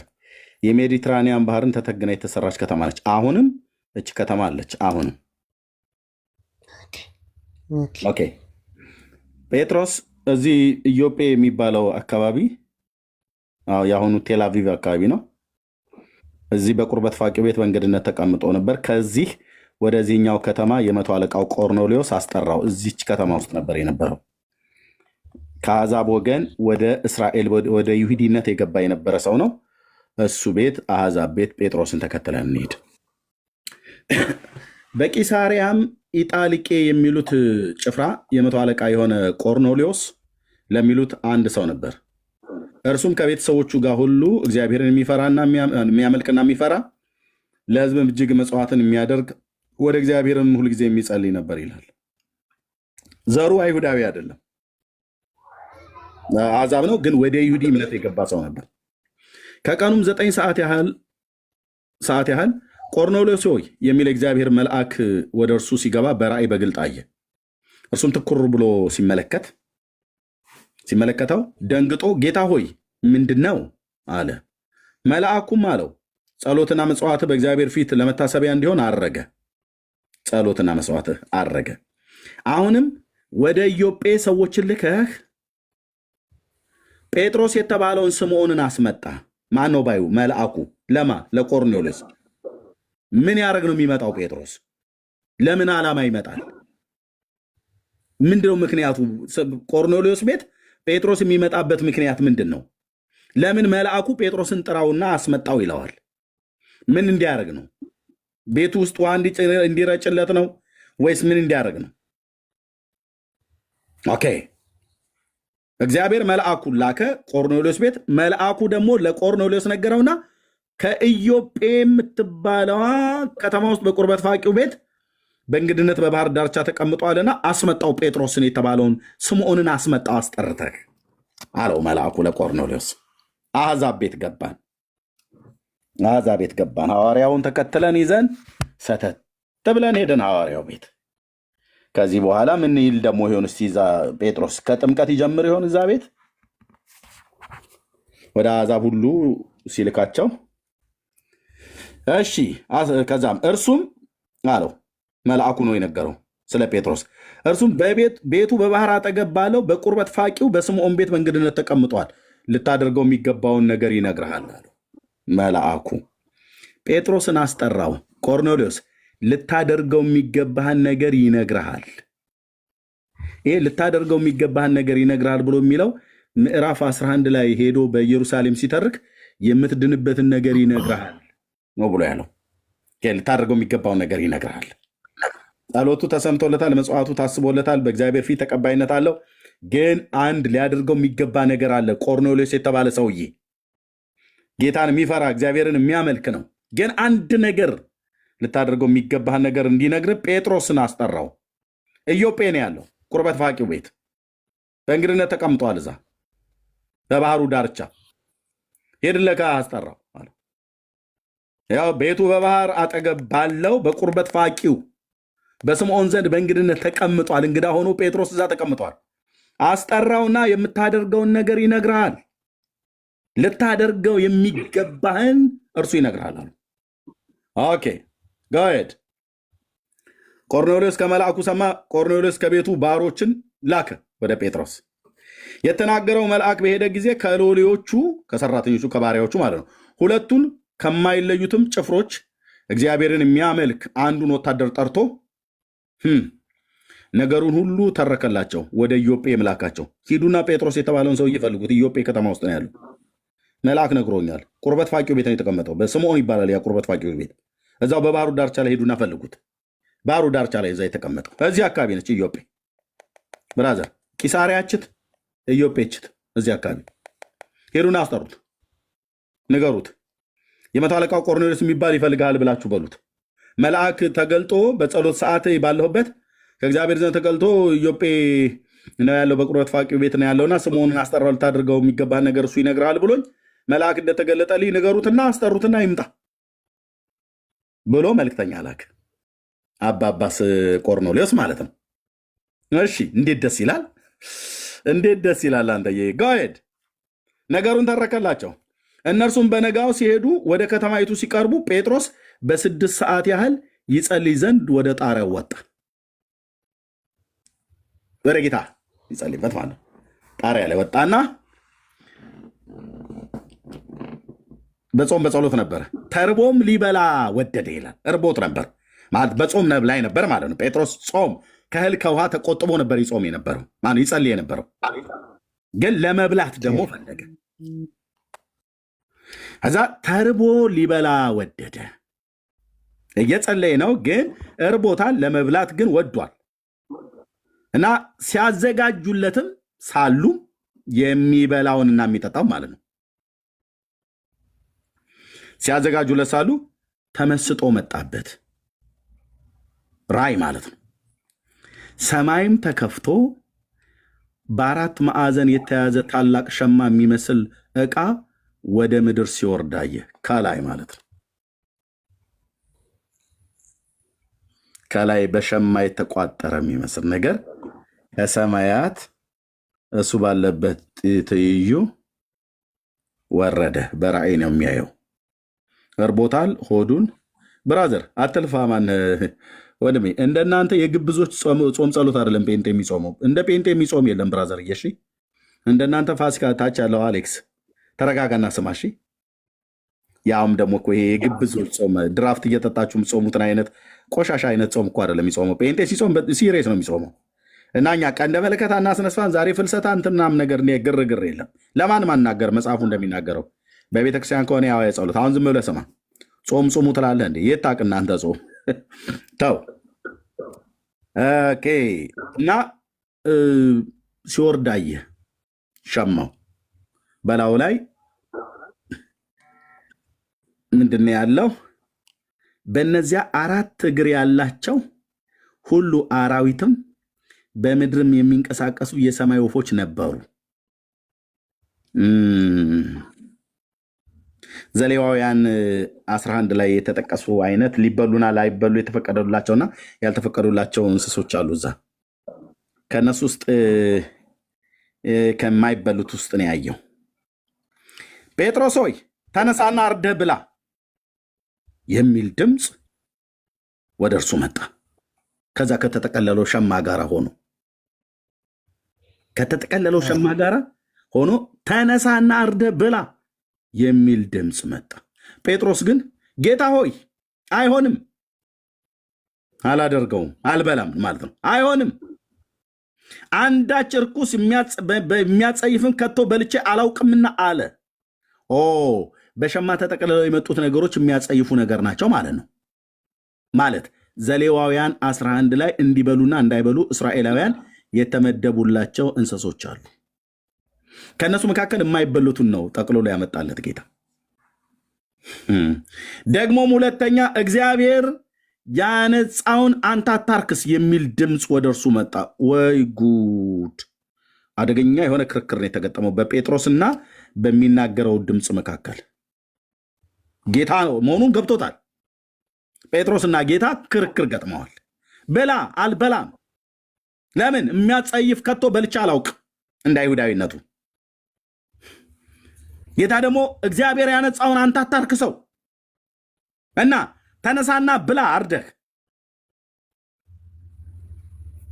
ጭቅጭቅ፣ ክርክር፣ ጌታና ባሪያው። ይህም 3 ጊዜ ሆነ ማለት እየተደጋገመ ብላ አልበላ፣ ብላ አልበላ፣ ብላ አልበላ። ወዲያውኑ ዕቃው ወደ ሰማይ ተወሰደ። ጴጥሮስም ስላየው ራእይ ምን ይሆን ብሎ በልቡ ሲያመነታ፣ ምን ይሆን ብሎ ማለት ነው። ገርሞታል። እያወራ ነው። የጸሎት ቦታው ላይ ነው ያለው። የጌታ ድምፅ መሆኑ ገብቶታል። በልቡ ምስክርነት አለ። ምን ይሆን እያለ በልቡ ሲያመነታ፣ እነሆ ቆርኔሌዎስ የላካቸው ሰዎች ስለ ስምዖን ቤት ጠይቀው ወደ ደጁ ቀረቡ። ድምፃቸውንም ከፍ አድርገው ጴጥሮስ የተባለው ስምዖን በዚህ እንግድነት ተቀምጧልን ብለው ይጠይቁ ነበር። ጴጥሮስም ስለ ራእዩ ሲያወጣ ሲያወርድ ሳለ መንፈስ፣ የእግዚአብሔር መንፈስ ማለት ነው። ቴንኪዩ ሆሊ ስፒሪት። መንፈስም እነሆ 3 ሰዎች ይፈልጉሃል፣ ተነስተህ ውረድ፣ እኔም ልኬያቸዋለሁና ሳትጠራጠር ከነሱ ጋር ሂድ አለው። ጴጥሮስን ማለት ነው። ሄድ፣ ተነሳና ከዚህ ከሰገነቱ ላይ ውረድ፣ ተከተላቸውና ሂድ፣ እኔ ነኝ የላኳቸው። ለጴጥሮስ ምን አይነት ነገር ነው? ጾም ጸሎት ላይ ሆነው ለመብላት ቸኩሎ እርቦት ሳለ አዎ ተነሳና ሂድ፣ አልበላም እበላለሁ እያልክ አትከራከር አይነት ነገር ማለት ነው። ጴጥሮስም ወደ ሰዎቹ ወርዶ እነሆ የምትፈልጉኝ እኔ ነኝ። አቤት አቤት ለጌታ ድምፅ እንዴት እንደሚታዘዙ ይኸውልህ። ምንም እንኳን ቢከራከር የምትፈልጉኝ እነሆ እኔ ነኝ፣ የመጣችሁበትስ ምክንያት ምንድን ነው አላቸው። ለምንድን የመጣችሁት? ታውቁኛላችሁ እንዴ ከዚህ በፊት? ኧረ እኛ አናውቅም፣ ምናልባት በስም ያውቁት ከሆነ ካልሆነ በስተቀር። ማን የላካችሁ ወደ እኔ? ለምንድን የመጣችሁት? እኔ ራሴ ነኝ ጴጥሮስ፣ ይኸው እዚህ ያለሁ። እነርሱም ጻድቅ ሰው እግዚአብሔርን የሚፈራ በአይሁድም ሕዝብ ሁሉ የተመሰከረለት የመቶ አለቃ ቆርኔሌዎስ ወደ ቤቱ ያስመጣ ዘንድ ከአንተም ቃልን ይሰማ ዘንድ ከቅዱስ መልአክ ተረዳ አሉት። ምን ይሰማ ዘንድ? ቃልን። እርሱም ወደ ውስጥ ጠርቶ እንግድነት ተቀበላቸው። በነጋውም ተነርሶ ከእነሱ ጋር ወጣ። በኢዮጴ ከነበሩ ወንድሞች አንዳንዶች ከእርሱ ጋር አብረው ሄዱ። በነጋውም ወደ ቂሳሪያ ገቡ። በዛው ቀን ማለት ነው፣ በነገታው በተነሱበት ቀን ቅርብ ስለሆነ። ቆርኔሌዎስም ዘመዶቹን የቅርብ ወዳጆቹን በአንድነት ጠርቶ ይጠባበቃቸው ነበር። ጴጥሮስም በገባ ጊዜ ቆርኔሌዎስ ተገናኝቶ ከእግሩ በታች ወደቀና ሰገደለት። ይገባኛል፣ ይገባኛል፣ ጥሩ ነው ያደረከው፣ ሰይ ጎሽ። ብዙ ጊዜ ሲሄድ እኔ የትኛውን ቦታ ላይ አይሰግዱልኝም ነበር። ስለሰገድክልኝ በጣም ሸጋ አድርገሃል፣ በጣም ልትመሰገን ይገባሃል አይደለም ያለው ቆርኔሌዎስን። ጴጥሮስ ግን ተነሳ፣ እኔ ራሴ ደግሞ ሰው ነኝ ብሎ አስነሳው። ማለት ስግደት አያስፈልገኝም እያለ ነው። እንዴት ድንቅ ነው አንተዬ፣ እንዴት ድንቅ ነው! ተነሳ። ይህ ለያገኘ የሚፈነድር ትውልድ ሁሉ አባቶችን ሐዋርያት እንኳን በአካል አግኝተዋቸው ሲሰግዱላቸው ተነስ ነው ያለው። ዘንድሮ ግን ለስዕል የሚሰግድ እግዚአብሔር ምሕረት ያርግላችሁ በእውነት። ከእርሱ ጋር እየተነጋገረ ገባ።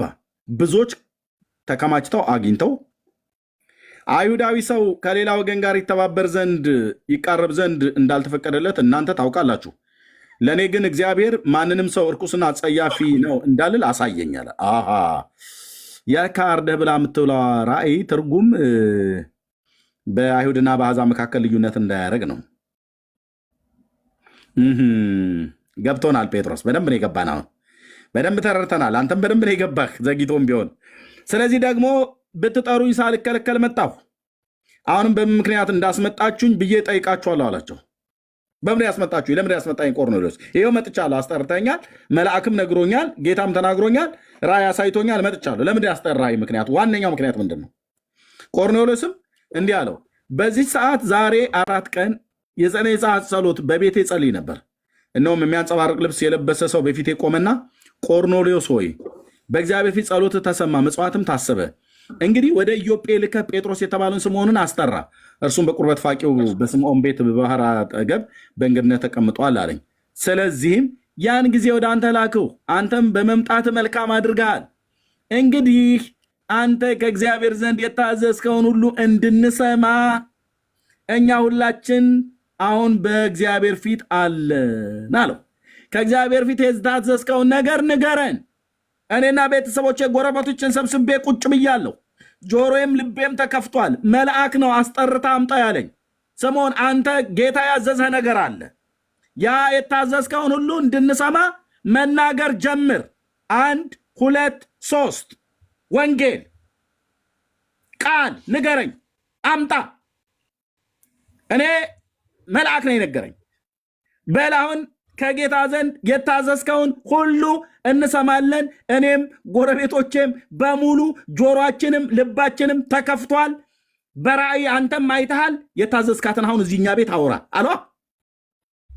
እንዴት ደስ ይላል! ኦኬ ጴጥሮስ ይህን በሰማ ሳለ ጴጥሮስም ውሃ ነው፣ ውሃ አምጡ። ዋና ውሃ ነው። የምናገረው ነገር የለኝም። ክርስትና የሚጀምረው ከጥምቀት ነውና ውሃ በሉ አምጡ። ዋናው ውሃ ነው፣ ዋናው ጥምቀት ነው ብሎ ውሃ ቀብሉኝ አላለም። ሊያጠምቅ ውሃ አምጡ በገንዳ ሙሉ አላለም። ጴጥሮስ አሕዛብ ቤት ገባ። ኢየሩሳሌም ላይ ቅድም ለእስራኤል ሲሰብክ አይተናል፣ ምዕራፍ 2 ላይ ሐዋርያት ሥራ። አሁን ደግሞ ሰው አሕዛብ ቤት ኢዮጴ፣ ኢየሩሳሌምና ኢዮጴ፣ ኢየሩሳሌምና ቂሳሪያ አሕዛብ ቤት፣ በኢየሩሳሌም ለአይሁድ። ጴጥሮስም አፉን ከፍቶ እንዲህ አለ፣ እግዚአብሔር ለሰው ፊት እንዳያዳላ፣ ነገር ግን በአሕዛብ ሁሉ እርሱን የሚፈራ ጽድቅን የሚያደርግ በእርሱ የተወደደ እንደሆነ በእውነት አስተዋለሁ አለ። እውነት ነው፣ አስተውልሃል በትክክል። የሁሉ ጌታ በሚሆን አቤት ስብከት! እንዴት ደስ ይላል! አንተዬ እንዴት ደስ ይላል! የሁሉ ጌታ በሚሆን በኢየሱስ ክርስቶስ ሰላምን እየሰበከ ይህንን ቃል ወደ እስራኤል ልጆች ላከ። አዎ በለው ጴጥሮስ፣ ስበክ አንተ፣ ለዚህ ተጠርተሃልና፣ ለዚህ ተፈጥረሃልና።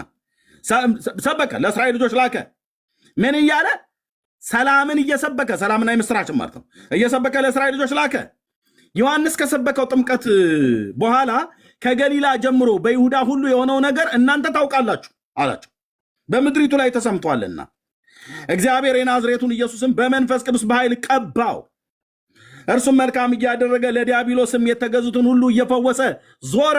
እግዚአብሔርም ከእሱ ጋር ነበረና እኛም በአይሁድ ሀገርና በኢየሩሳሌም ባደረገው ነገር ሁሉ ምስክሮች ነን። እርሱም በእንጨት ላይ ሰቅለው ገደሉት። ወንጌል መግደል ብቻ አይደለም፣ እሱንም እግዚአብሔር በሦስተኛው ቀን አስነሳው።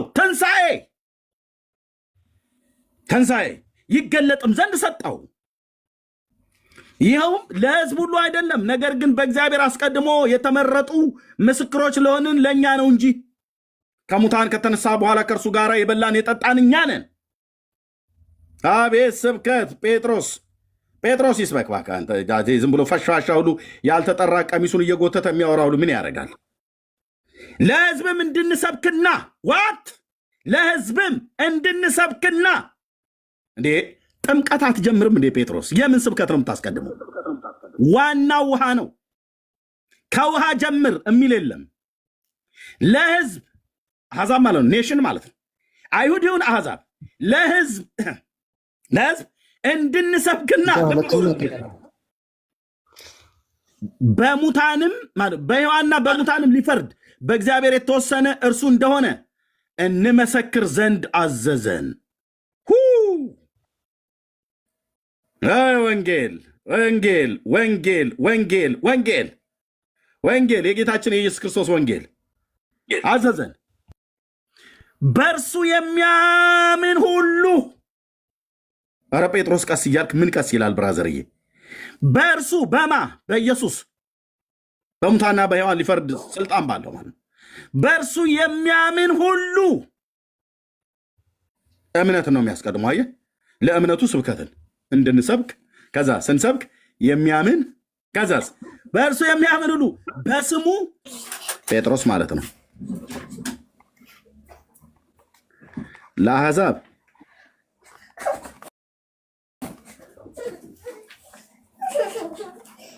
ሐዋርያት 10 ላይ ሰበከ አይደል? ቆርኔሌዎስ ቤት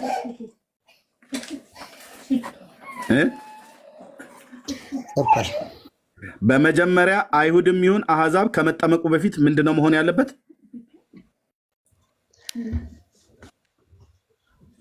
እዚህ ጋር እንግዲህ የሚናገረው ላይ ወንጌል ይሰበኩ ይባላል። ወንጌል ተሰበከ። እዚህ ጋር አይሁድንም ወንጌል ከሰበከ በኋላ ልባቸው ሲነካ ነው ያጠመቀው። አይሁድንም አሕዛብንም ወንጌል ከሰበከ በኋላ ነው አይደል ያጠመቃቸው? ትክክል ነው። ጥምቀት ቀዳሚ ነው ወይስ ተከታይ ነው? በመጀመሪያ እምነት ወንጌል ስብከት ነው አይደል የተሰበከው? ወንጌል ስብከት ነው የተሰበከው። ግን እኔ ጋር እዚህ ጋር ይኸውልህ ሐዋርያቱን ተላኩ ወደ አሕዛብም ወደ አይሁድም ቤት ማለት ነው። ሁለቱም ጋር አሕዛብን ቤት የገባው ጴጥሮስ፣ አይሁዳም ጋር የተሰበከው ጴጥሮስ የሐዋርያት ሥራ መጽሐፍ ምዕራፍ 2 ላይ ምንድን ነው ያደረገው? ሁለቱም ቤት ሄዶ ወንጌል ሰበከ አይደል? ከሰበከ በኋላ ሰዎቹ አመኑ አይደል?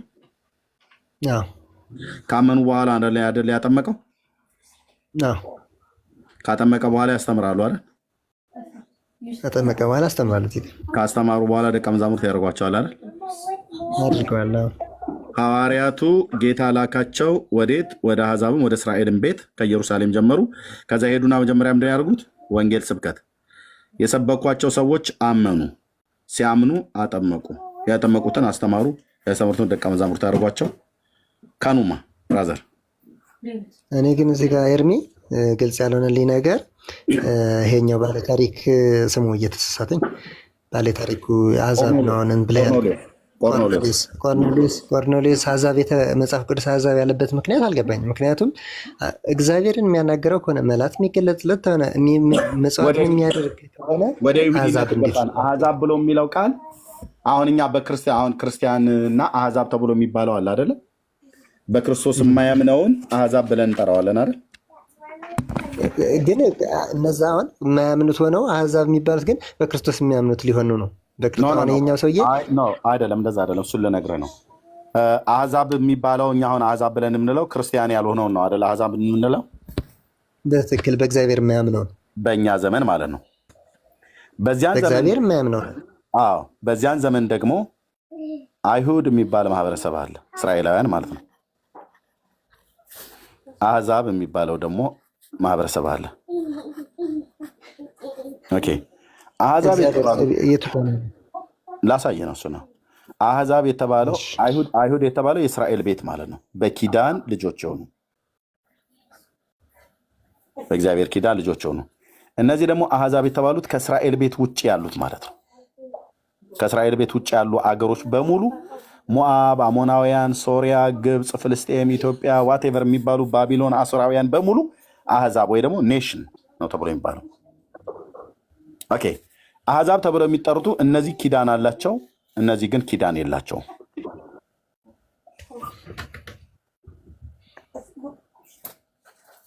ኦኬ ከነዚህ መካከል የሆነ ሮማዊ ነው ይሄ ቆርኔሌዎስ የሚባለው ማለት ነው።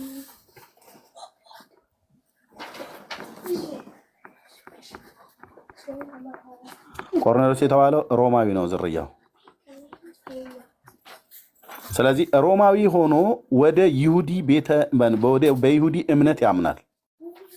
የመጽሐፍ ቅዱስ ተማሪዎች እንደሚናገሩት ወደ ይሁዲነት እምነት ስለገባ በይሁዲ እምነት ውስጥ የሚደረገውን የግዝረት ስርዓትን ተቀብሏል። ኦኬ ስለዚህ ይህ ሰው ዝርያው ከአይሁድ አይደለም፣ ከአሕዛብ ወገን ነው። በእምነት ግን ወደ ይሁዲነት ገብቷል ብለው የመጽሐፍ ቅዱስ ተማሪዎች ይናገራሉ። ታሪክም ያንን ነው የሚያሳየው።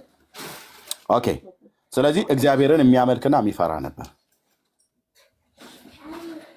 አሁን ዋናው የሰውየው ማንነት ሳይሆን አሕዛብ የተባለው ቆርኔሌዎስ ቤትም ይሁን ሌሎቹ ወደ ሌሎች ሀገሮችም ሁሉ ጭምር እነ ቅዱስ ጳውሎስንም አይነቶቹ ወደ ሌሎች ወደ አሕዛብ ሀገሮች ሲሄዱ በመጀመሪያ ያደረጉት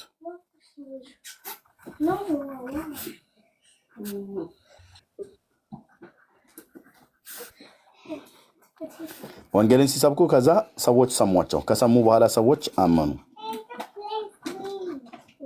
ወንጌልን ሲሰብኩ ሰዎች ሰሟቸው። የሰሙ ሰዎች ያመኑት አመኑ፣ ያላመኑ ደግሞ ተቃወሟቸው። ያመኑትን ግን ደግሞ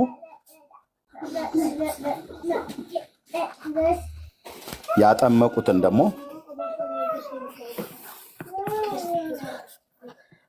ያስተማሯቸውን ደቀ መዛሙርት አደረጉ። ይሄኛው ነው ፕሮሲጀሩ ብራዘር፣ የጌታችን የኢየሱስ ክርስቶስ ትምህርት። የእናንተ የሚጀምረው ይሄንን ትተውና ስብከተ ወንጌል የለም፣ ማመን የለም። የእናንተ የሆነ አንተ ከእናተ ማህፀን ወጣህ፣ ከእናተ ማህፀን ወጣህ፣ እዛ ቀጥታ ተጠመክ፣ ሳታምን ወንጌል ሳይሰበክ አንተ ከዚህ ጀመርክ። መጀመሪያ የነበረብህ ከዚህ ነው። እኔ ግን ምንድነው አሁን የኔን እንድናገር ከፈቀድክልኝ እኔ ከጥምቀት የጀመርኩበት ምክንያት የነፍስ አባቴን ጠየቅኩኝና የነፍስ አባቴን ስጠይቀው ምንድን ያለኝ ክርስቶስ በወንጌሉ ሲያስተምር ልጆችን ወደ እኔ የመጡ ዘንድ አትከልክሏቸው ብሏል። እኛ ያመንበት እኛ ትክክል ነው ያልንበት እምነት ክርስቲያን ይሄ ኦርቶዶክስ ነው። በእኛ ደግሞ እኛ ትክክል ነው ያለውን ለልጅ አንነፍግም፣ ወደ እኛ ለምናምነው አምላክ እናቀርብሃለን። ተወለድክ፣ እግዚአብሔር ጸሎት አድርገን ሰጠን፣ ልጃችንን ለእግዚአብሔር ሰጠነ አንተን።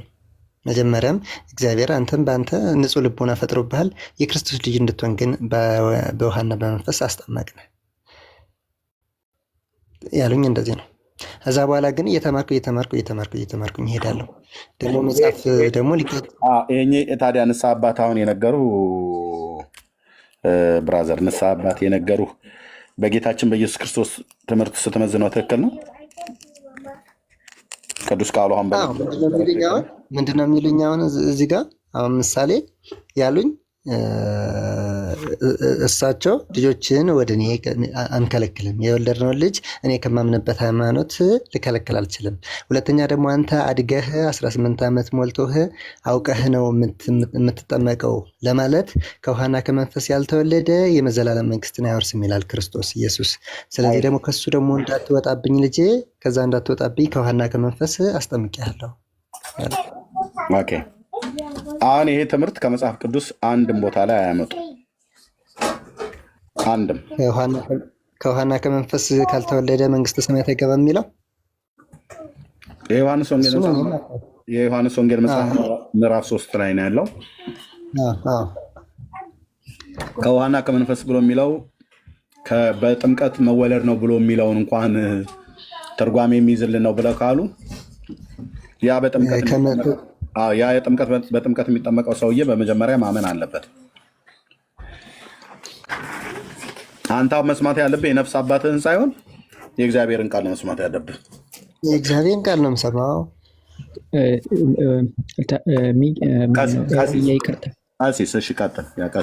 በጣም ይቅርታ። አይ አልቀጥልም፣ ዝም ብዬ ማሳሰቢያ ነው። በቅድሚያ ግን ሰላም ብያለሁ። ከላይም ያላቸው ወገኖች እግዚአብሔር ጸጋና ሰላም በሁላችን ላይ ይሁን። ለክርስቲያን እንደ ማሳሰቢያ እንድትነግርልኝ የምፈልገው ኤርሚ፣ ራሷ በቤተክርስቲያኗ ትምህርት እኮ ሳይጠመቁ እልፍ አእላፋት ቅዱሳን ወደ እግዚአብሔር መንግስት ተጨምረዋል ትላለች። ይህንንስ እንዴት ታየዋለህ?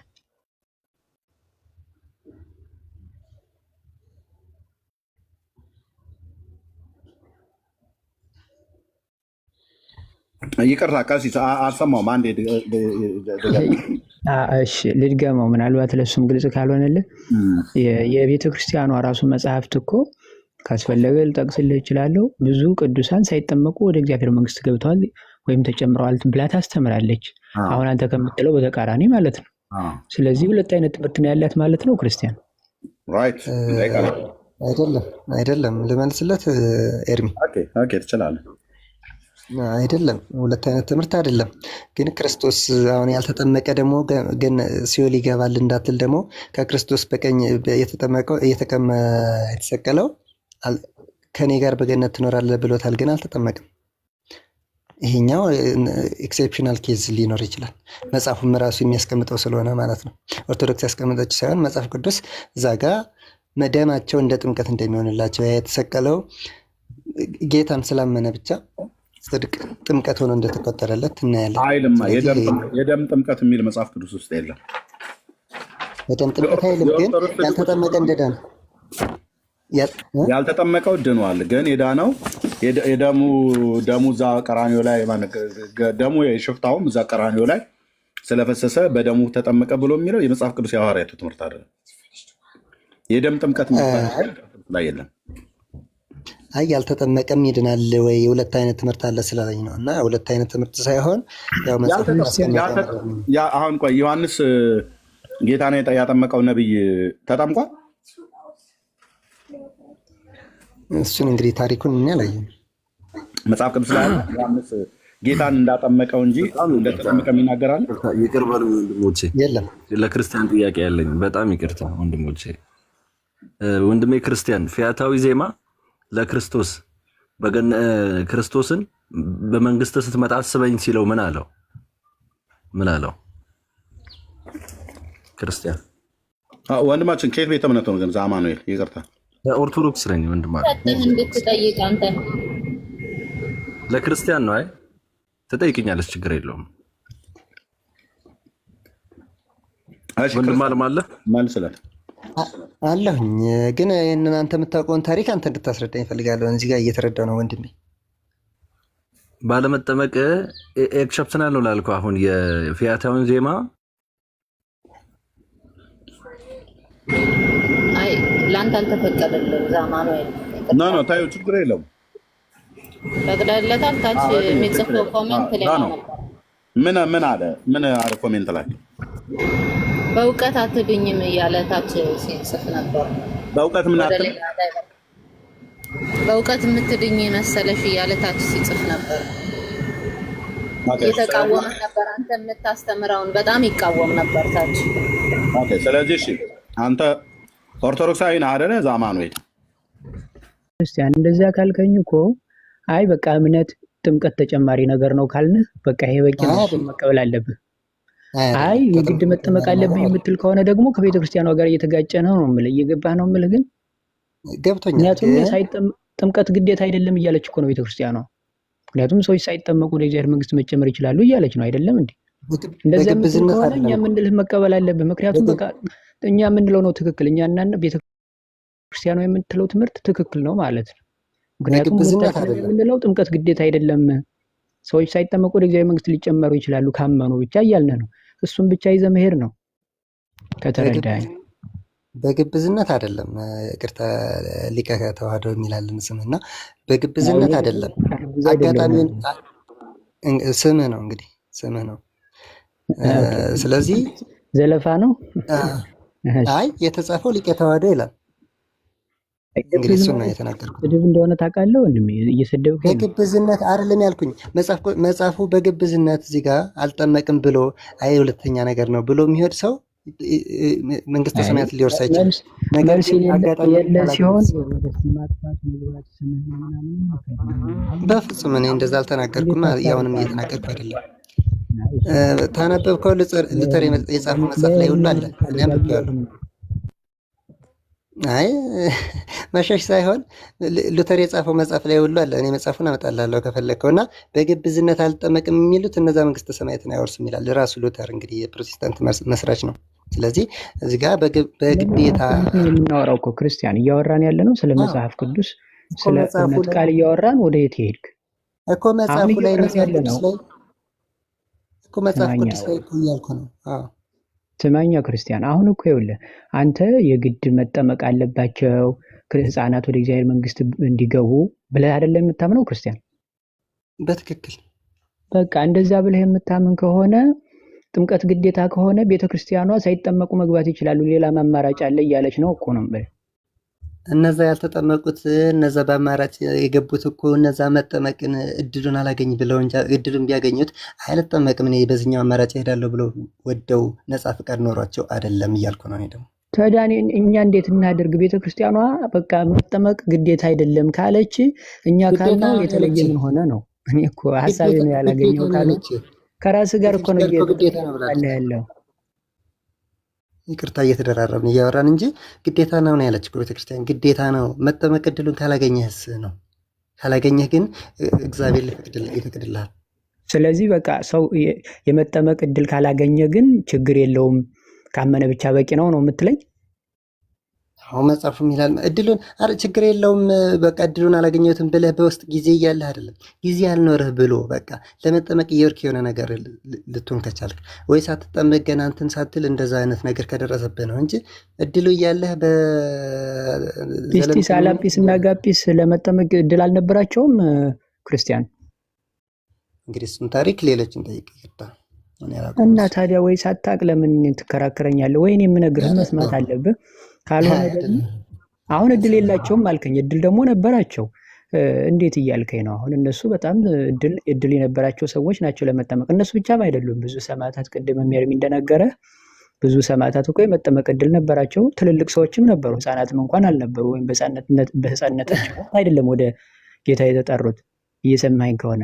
ስለዚህ አንተም እንዳልከው በራስህ አነጋገር እኮ ቤተክርስቲያኗ ሳይጠመቁ ሰዎች ወደ እግዚአብሔር መንግስት ይጨመራሉ የሚለውን ሐሳብ እኮ ሳታውቀው አንተም ራሱ እየሰበከን ነው እኮ። ስለዚህ እኛ የምንልህን ብቻ ይዘህ መሄድ ነው ያለብህ። ገብቶሃል? አለዛ ራስህ ጋር እየተጣላህ ነው እያልኩ ነው።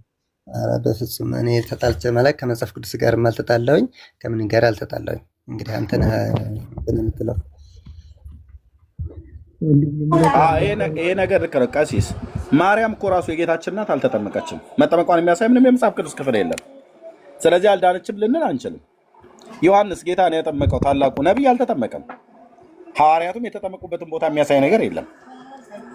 እግራቸውን ታጠቡ ብሎ የሚለው የሐዋርያት ሥራን የዮሐንስ ወንጌል መጽሐፍ ምዕራፍ 13ን እሱን ካልተጨመረ በስተቀር ማለት ነው። ስለዚህ ቀሲስ እንዳሉት ነው ማለት ነው። እና ቀጥሉ። አዎ ዳጊም ወይ አንተ ትቀጥላላችሁ። እኔ እኮ እያልኩ ያለሁት በቃ ይህንን እኮ ነው እያልኩ ያለሁት። ብዙ ሰማዕታት ህፃናት ሆነው ተወሰዱ እንዳትለኝ፣ ትልልቅ ሰዎች ናቸው። ኢንክሉዲንግ እኮ ቅድስት ድንግል ማርያምን ራሱ ዮሐንስ መጥምቅን ጨምሮ ብዙዎቹን ሐዋርያቱንም ጭምር እኮ የመጠመቅ እድል ነበራቸው አይደለም? ማጥመቅ ብቻ አይደለም የግዴታ ቢሆን ኖሮ እነሱ ለምን አልተጠመቁም እየተባልክ እኮ ነው ክርስቲያን። ሰማዕታትም ሁሉ ሊቀ ተዋሕዶ ይቅርታና አልተጠመቁም ብሏል። ሐዋርያት አልተጠመቁም ከሌ አልተጠመቀም የሚል ካለ መጽሐፍ ቅዱስ ካሳየኝ እስኪ አሳየን። እስኪ ያሳየን። ዮሐንስ አሁን ኤርሚ እንዳለ ቆይ ክርስቲያን ዮሐንስ ወይ ደግሞ ቅድስት ድንግል ማርያም ተጠምቃለች የሚል እስኪ ያሳየን። እስኪ እኔ እዚህ ጋር አንተን እድል አልነበራቸውም አትለን ካልሆነ በስተቀር አይደለም። እኔ እዚህ ጋር አንተን መምህሬ ሆይ ብዬ እንድጠራህ ከፈለክ አንተ ከመጽሐፍ ቅዱስ ላይ የሐዋርያት መጠመቅ መምህሬ ብለህ ጥራኝ እኮ አላልኩም። አይደለም እኮ አውቃለሁ እያልከኝ አይደለ? አውቃለሁ ካልከኝ የሐዋርያት ሳይጠመቅ ብያለሁ። ክርስቲያን መምህር ብለህ ጥራኝ ብያለሁ። እኔ ለምን ያልተባልከውን ትቀባጥራለህ? ወንድሜ እኔ ስለ ቃሉ እኔ በፍቃድ እያደረግኩ ነው። አንተ አይ ተይዘሃል። እንግዲህ ወደ ላይ ወደ ታች የለም። ክርስቲያን አሁን ማስረጃ አምጣ። በቃ ቅድስት ድንግል ማርያም ተጠምቃለች የሚል ራሱ እኔ ነኝ ላንተ የምጠይቅህ መጽሐፍ ቅዱስ ላይ ሐዋርያት ቅድስት ድንግል ማርያም እነ እከሌ አልተጠመቁም የሚል ካመጣህልኝ እኔ ተዋለሁ። እኔ ሲይዛቸው ጭብጥ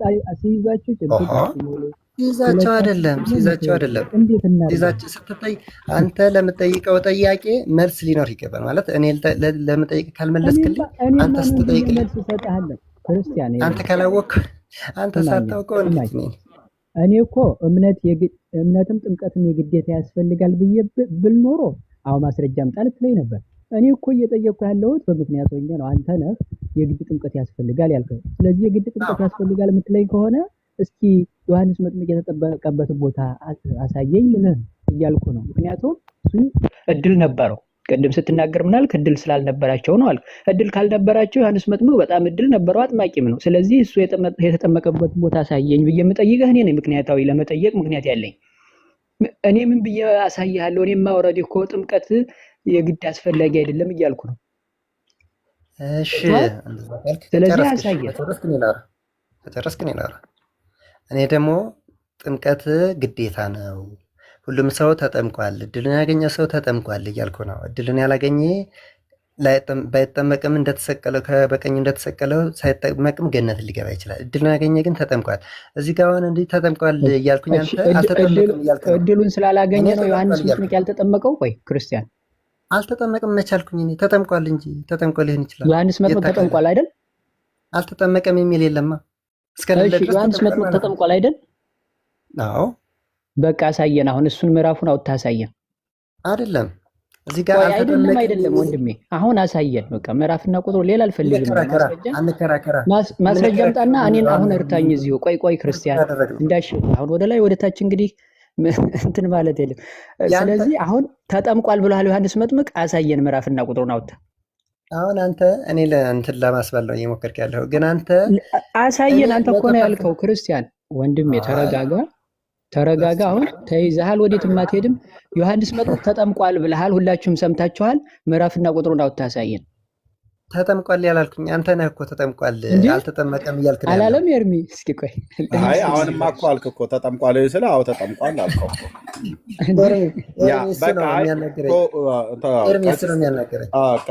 እሱ ነው የሚያናገረኝ። ለምን እንደሆነ ታውቃለህ? ያው አልተጠመቀም እያለ እየተከራከረ ነው።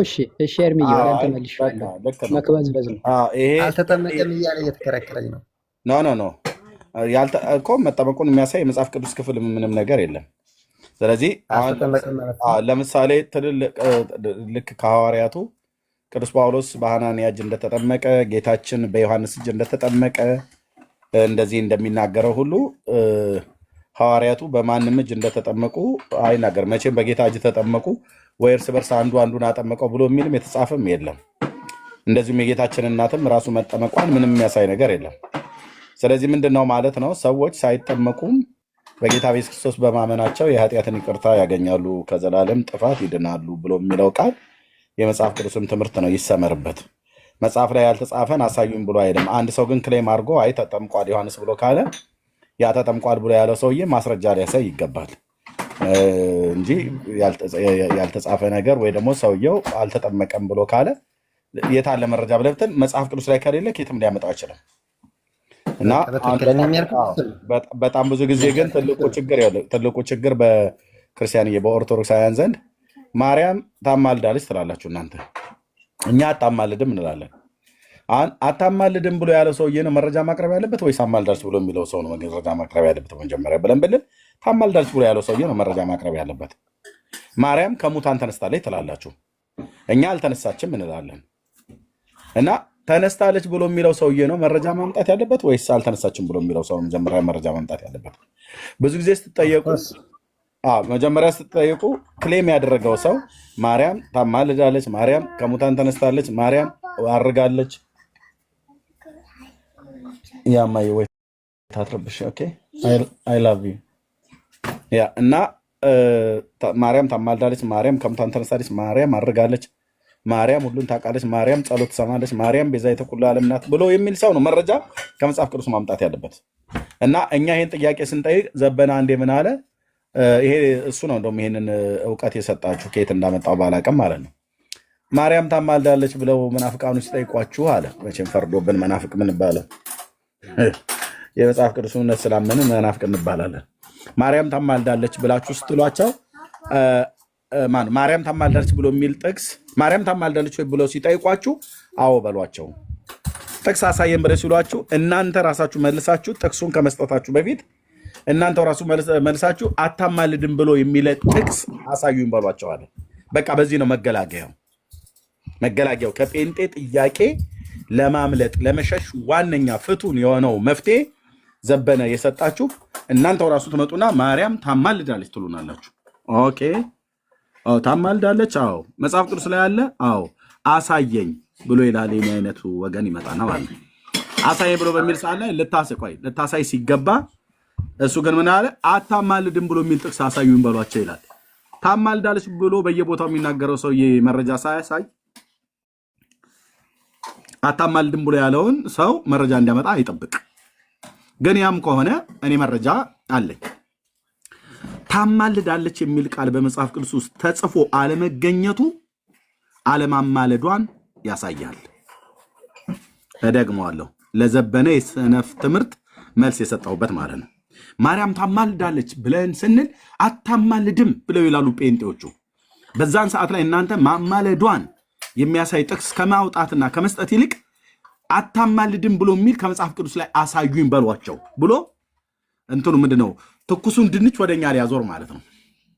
እኔ ደግሞ እንዲህ ብዬ ነው የመለስኩለት በወቅቱ።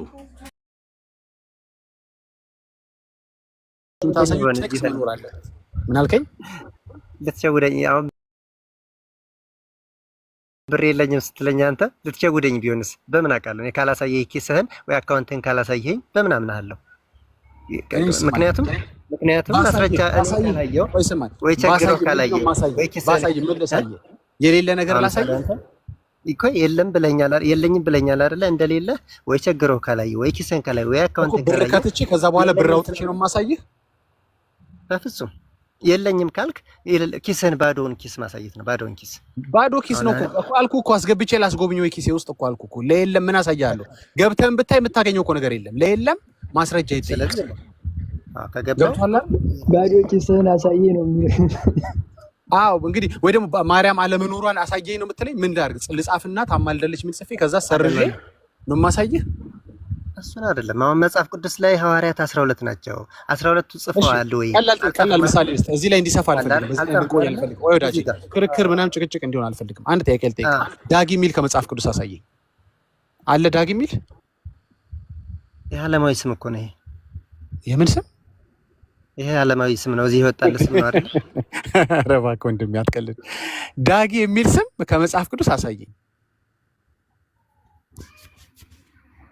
እንግዲህ እኔ ዳጊ የሚል ዳጊ በጣም ይቅርታ ኤርሚ፣ ሰውየው አይመጥንም። ዝም ብላችሁ ነው አንደኛ ኢትስ ኦኬ፣ ግድ የለም። ቆይ ልንጨርሰው፣ በዚህች እንጨርሰው። ግድ የለም። ዳጊ የሚል ስም አሳየኝ። እኔ ደግሞ ማት ዓለማዊ ስም ከመጽሐፍ ቅዱስ አሳያለሁ። ማት የአሕዛብ ስም፣ የሀገር የአሕዛብ ስም አሳያለሁ። አንድ ሺህ የአሕዛብ ስም ወይ ተዋህዶ አይደለ? ክርስቲያን ሌላ ፐርሰናል ነገር አታውራ፣ አትዘላለፍ። ክርስቲያን ጥሩ ጀምረሃል፣ በጥሩ እንሸኝህ። አሁን በክብር እንዳወራን በክብር ጨርሰን ትሄዳለህ። አሁን ቁም ነገር እያወራን ወደ ፐርሰናል ነገሮች አትግባ።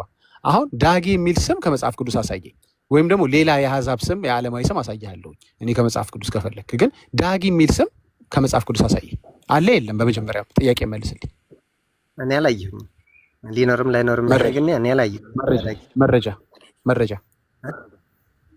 ማስረጃ ላለመኖር መጽሐፉን አይቼ ከብሉይ ኪዳን እስከ አዲስ ኪዳን መጨረሻ እስከ ራእይ ድረስ አይቼ ከሌለ የለም እልሃለሁ። አይቼ ማለት ነው። አይቼ ነው። አንተማ አየህ እኮ ገባኝ። እኔ ማስረጃውን ስጠኝ ነው የምልህ ነው አይደለ? ሙሉን ስላላየሁት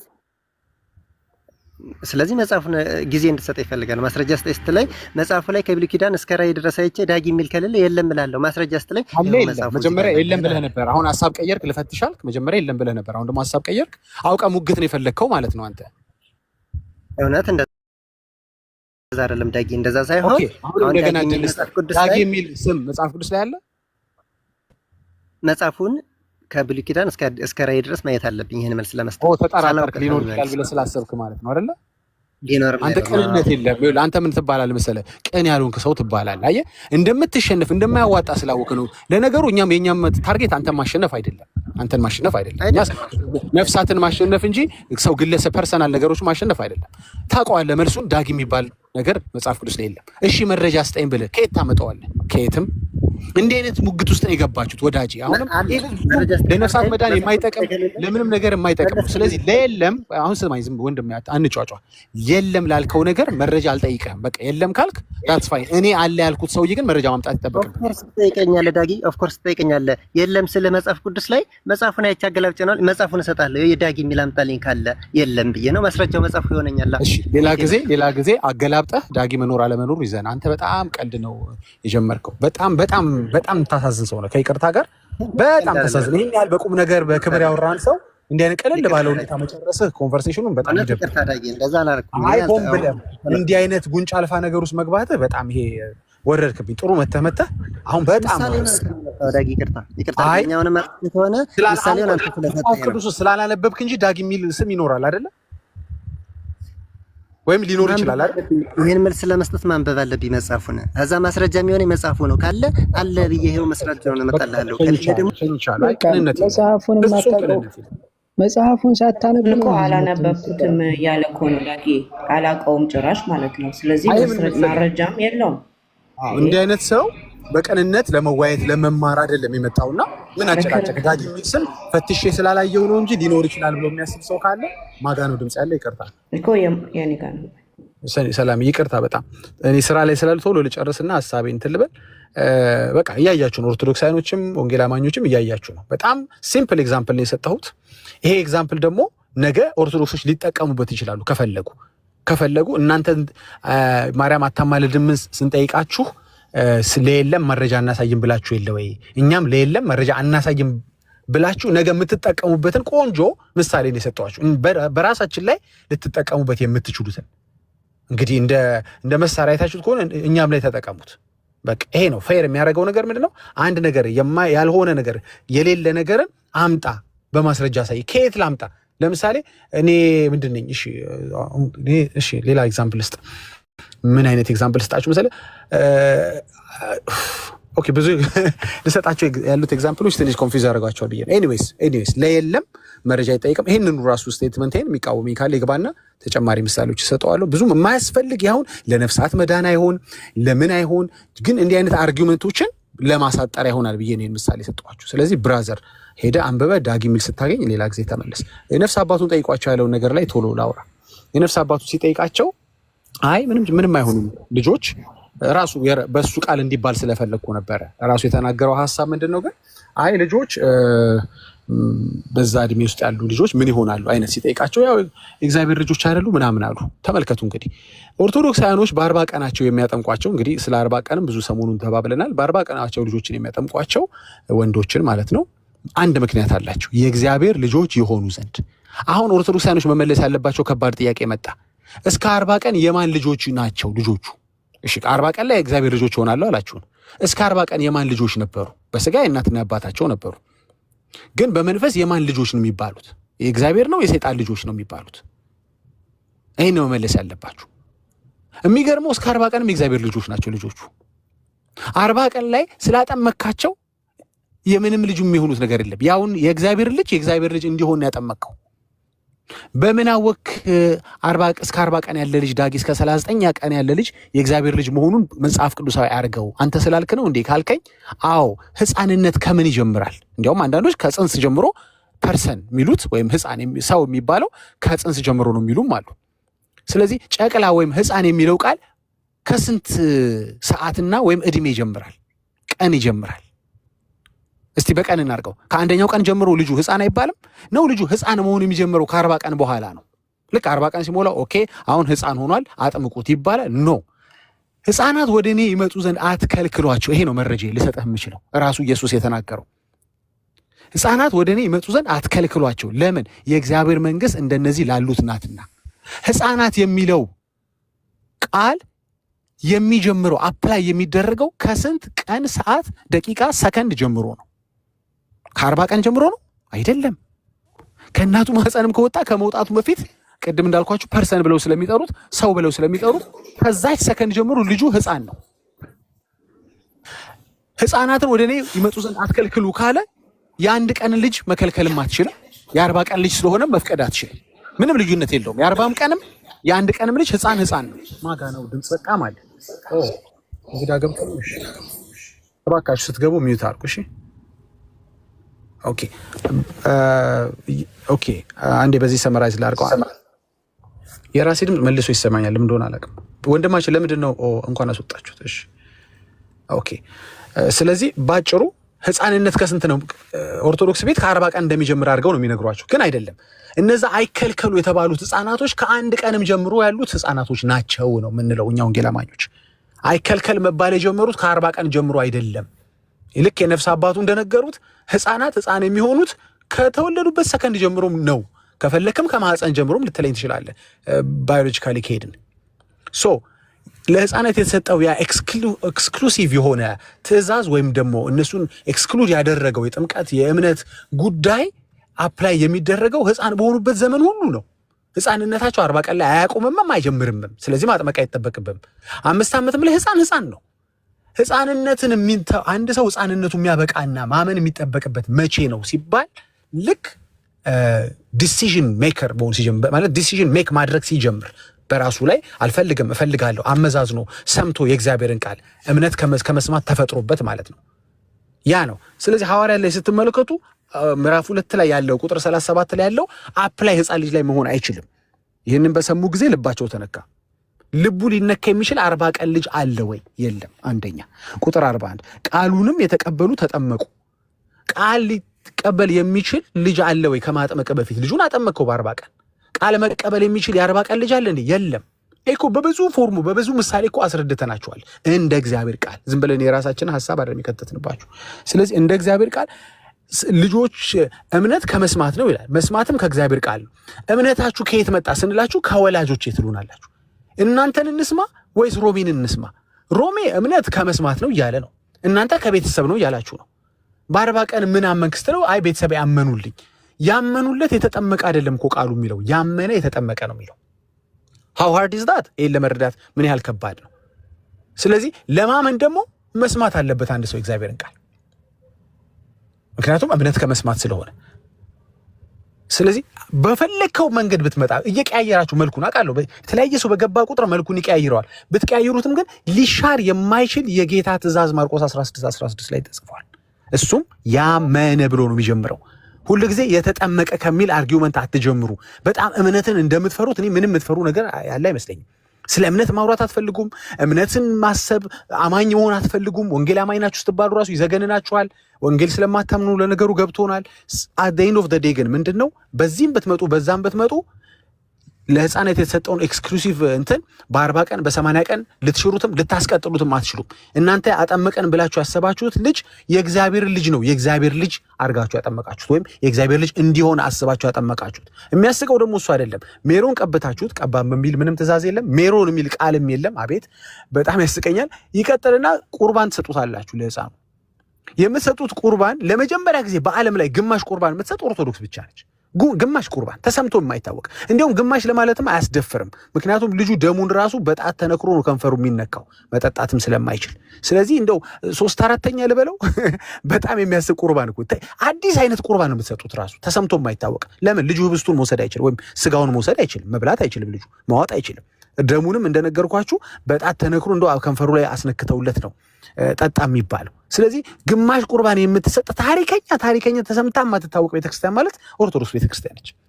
በቃ ማለት ምንፍቅናን እስከ ጥግ ከወሰድኩት አይቀር ለምን እዚህ ካደረስኩ አይቀር ለምን አልጨርሰው ምንፍቅናን ብላ ያላመነ ልጅ ማስጠመቀው ሳያንስ ሜሮን የሚባል አዲስ አሰራር ይዛ በመምጣት በመቀባት የሚባል የለም እኮ መንፈስ ቅዱስ በመቀባት ከኦርቶዶክስ ብቻ ነው ያየ ነው።